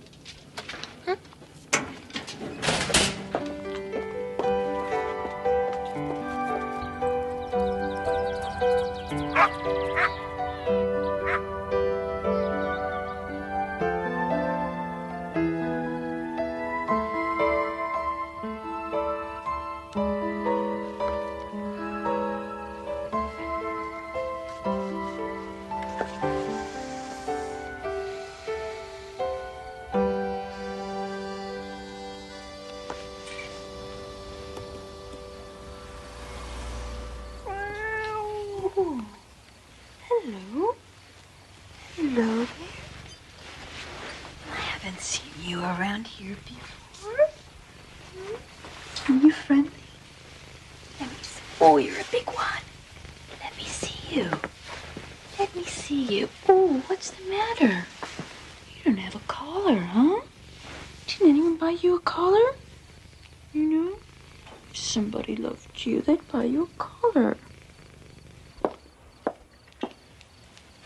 There you go, big guy. Like that. Ooh, you're thirsty. Did you make a habit of it, though?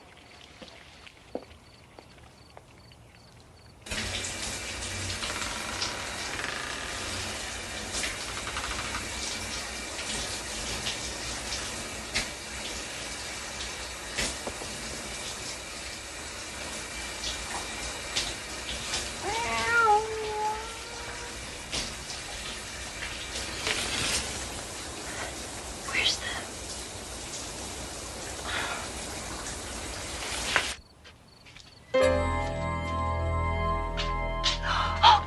Scream if you must. I've checked out your place. You've gone to a lot of trouble to isolate yourself, to hide from the world. Call the police. By all means. Tell them that you've seen a man turn into a cat.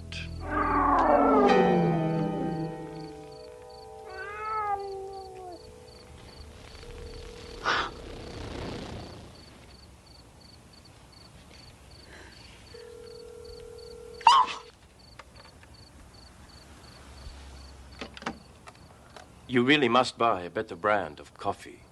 Now the Turks, they knew how to brew coffee. Even if they were barbarians, I won't hurt you. I came from Provence, originally, a long time ago. I was called Guillaume du Marchot. I had a great talent for two things, singing and making love. One night, I was caught making love to the wrong woman, or rather the right woman at the wrong time. Her husband could do things you call impossible today. He cursed me to remain forever in the form of a cat, only able to become a man again at night. But it's not such a curse. I have spent centuries loving women, showing women how to love. Women like you. If you ask me to go, I will go. But I promise you, you will never see my like again. Never feel the things that I alone can make you feel.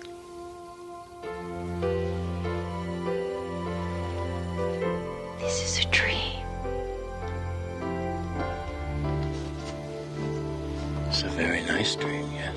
Yes. No. Yes, it is. I just never thought that it would happen to me. You are the one, aren't you? Am Yes.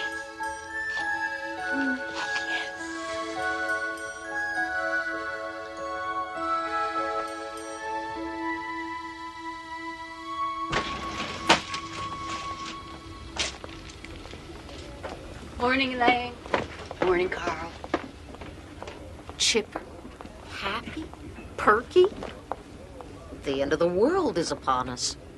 Have you been drinking too much coffee again? Nope. I just had a nice night. Morning, Dr. Wood.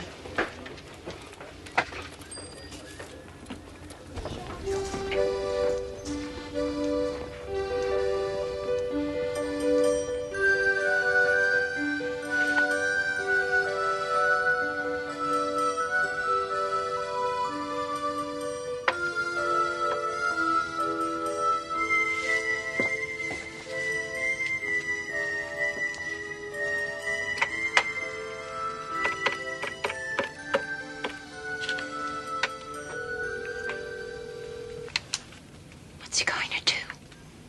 Meow at me?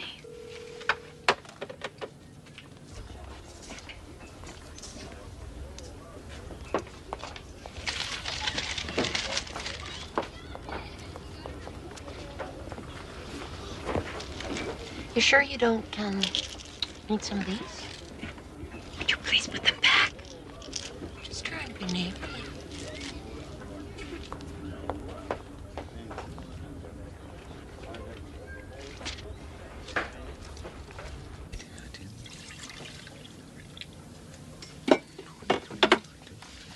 Inventory, Carl, huh?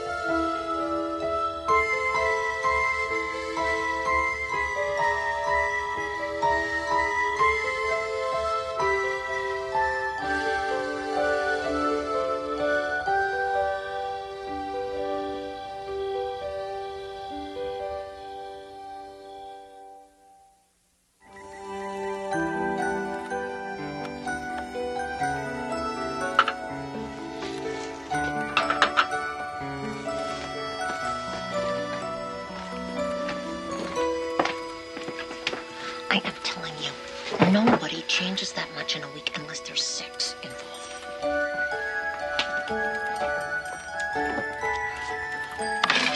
Oh, that's $36.75. What I would give to be a fly on the wall. As opposed to a bat in her belfry? Is that a remark? Hi. How are you? You know what? I have something for you. I have a present. Here it is.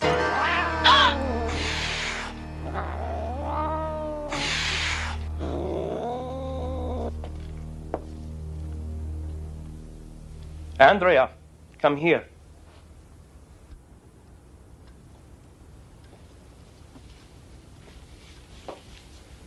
What were you thinking of? What do you think would have happened when I tried to become a man with this around my neck? I'm sorry, Guillaume. I just didn't want anyone to pick you up as a stray during the day. I didn't think. I haven't survived this long by letting some fool of a woman put a collar on me. No one owns Guillaume de Marchaux. No one. Do you hear? I'm sorry, Guillaume. I bought some other things for you. Shirts. Socks.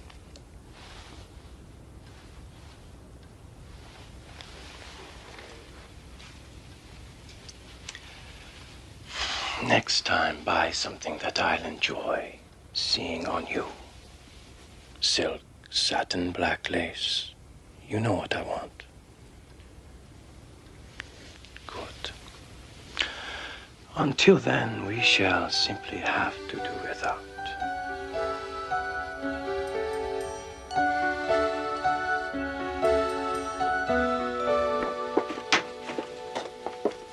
Long lunch. You belate yourself sometimes. What have we got here? Oh, who is this for? Is this for Carl, baby? No, Carl, baby's jaw's on the floor. Oh, come on, Andy, kiss and tell, huh? Just put it back, please.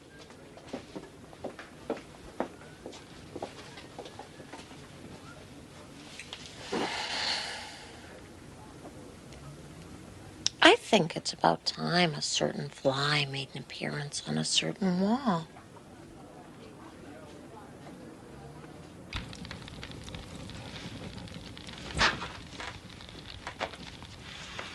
Your coffee? I have a surprise for you.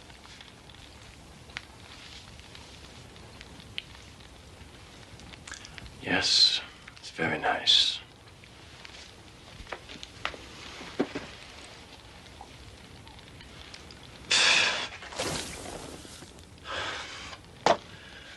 How many times have I asked you for one simple thing? I want something that a man can stand to drink, not this sewage water that you keep serving me. I'll get some tomorrow. You will go now, or I will leave for good.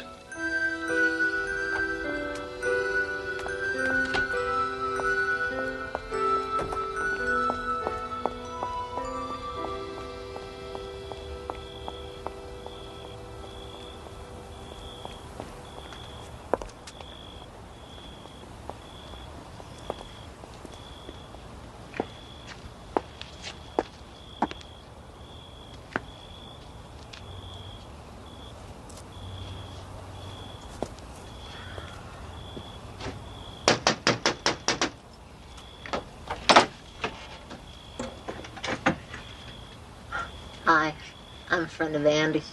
Can I come in? Lately, Andy's been so, tense at work. I just thought I'd, stop in and see how she was getting on. I've heard a lot about you. Oh, nothing bad, I hope. That depends on what one means by bad, does it not? We have 20 minutes to become acquainted.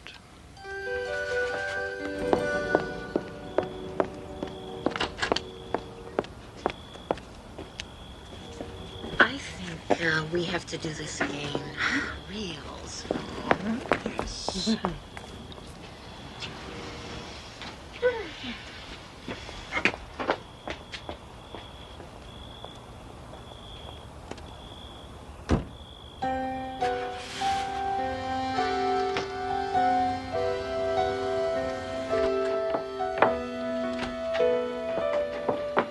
You just missed your friend, Elaine.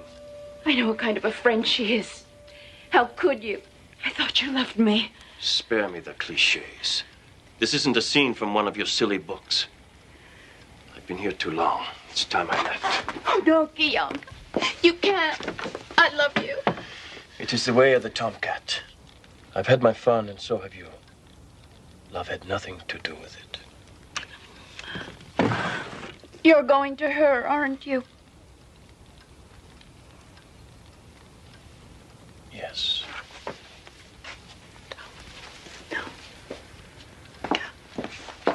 Oh, Guillaume. Please, don't go. Just one more night. That's all I ask. Please.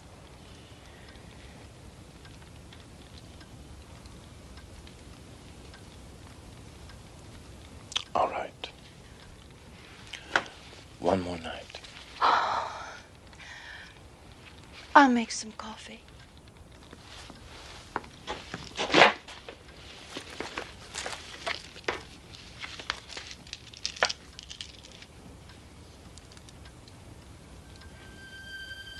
You can't buy me back with coffee, Andrea. After tonight, it's over.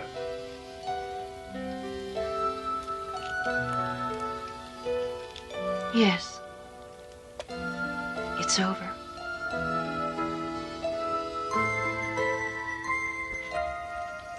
Your coffee.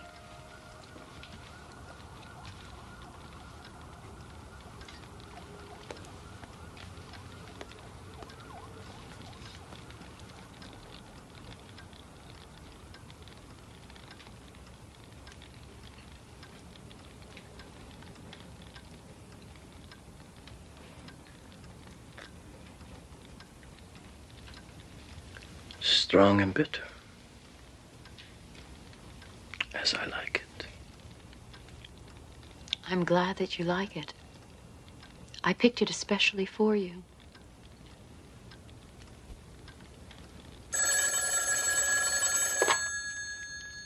Hello? Oh, hi, Carl. No, it's okay. Don't worry about it. Yeah, well, Elaine does things like that. I haven't seen a movie in ages. Yeah, Friday night, that'd be fine. Sure. Yeah, I'll see you tomorrow. Yeah, me too. Bye.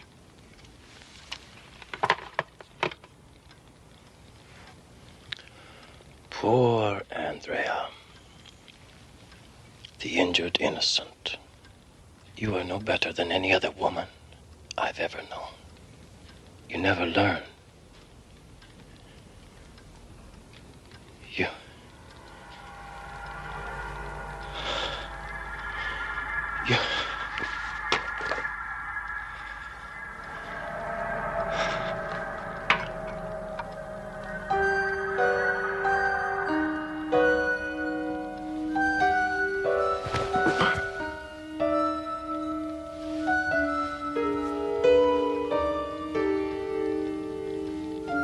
Oh, but I did learn.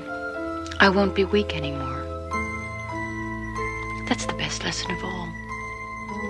I want you to remember that. In case you ever think of coming back here again.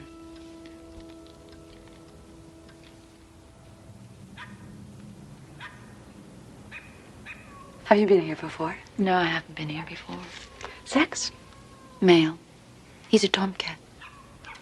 Well then, what can we do for you today? I'd like to have him fixed. A lesson on romance versus reality, with a word of warning for those who want to mix the two. Don't. Or you may find your head in the clouds, your feet on the ground, and the rest of you somewhere in the Twilight Zone.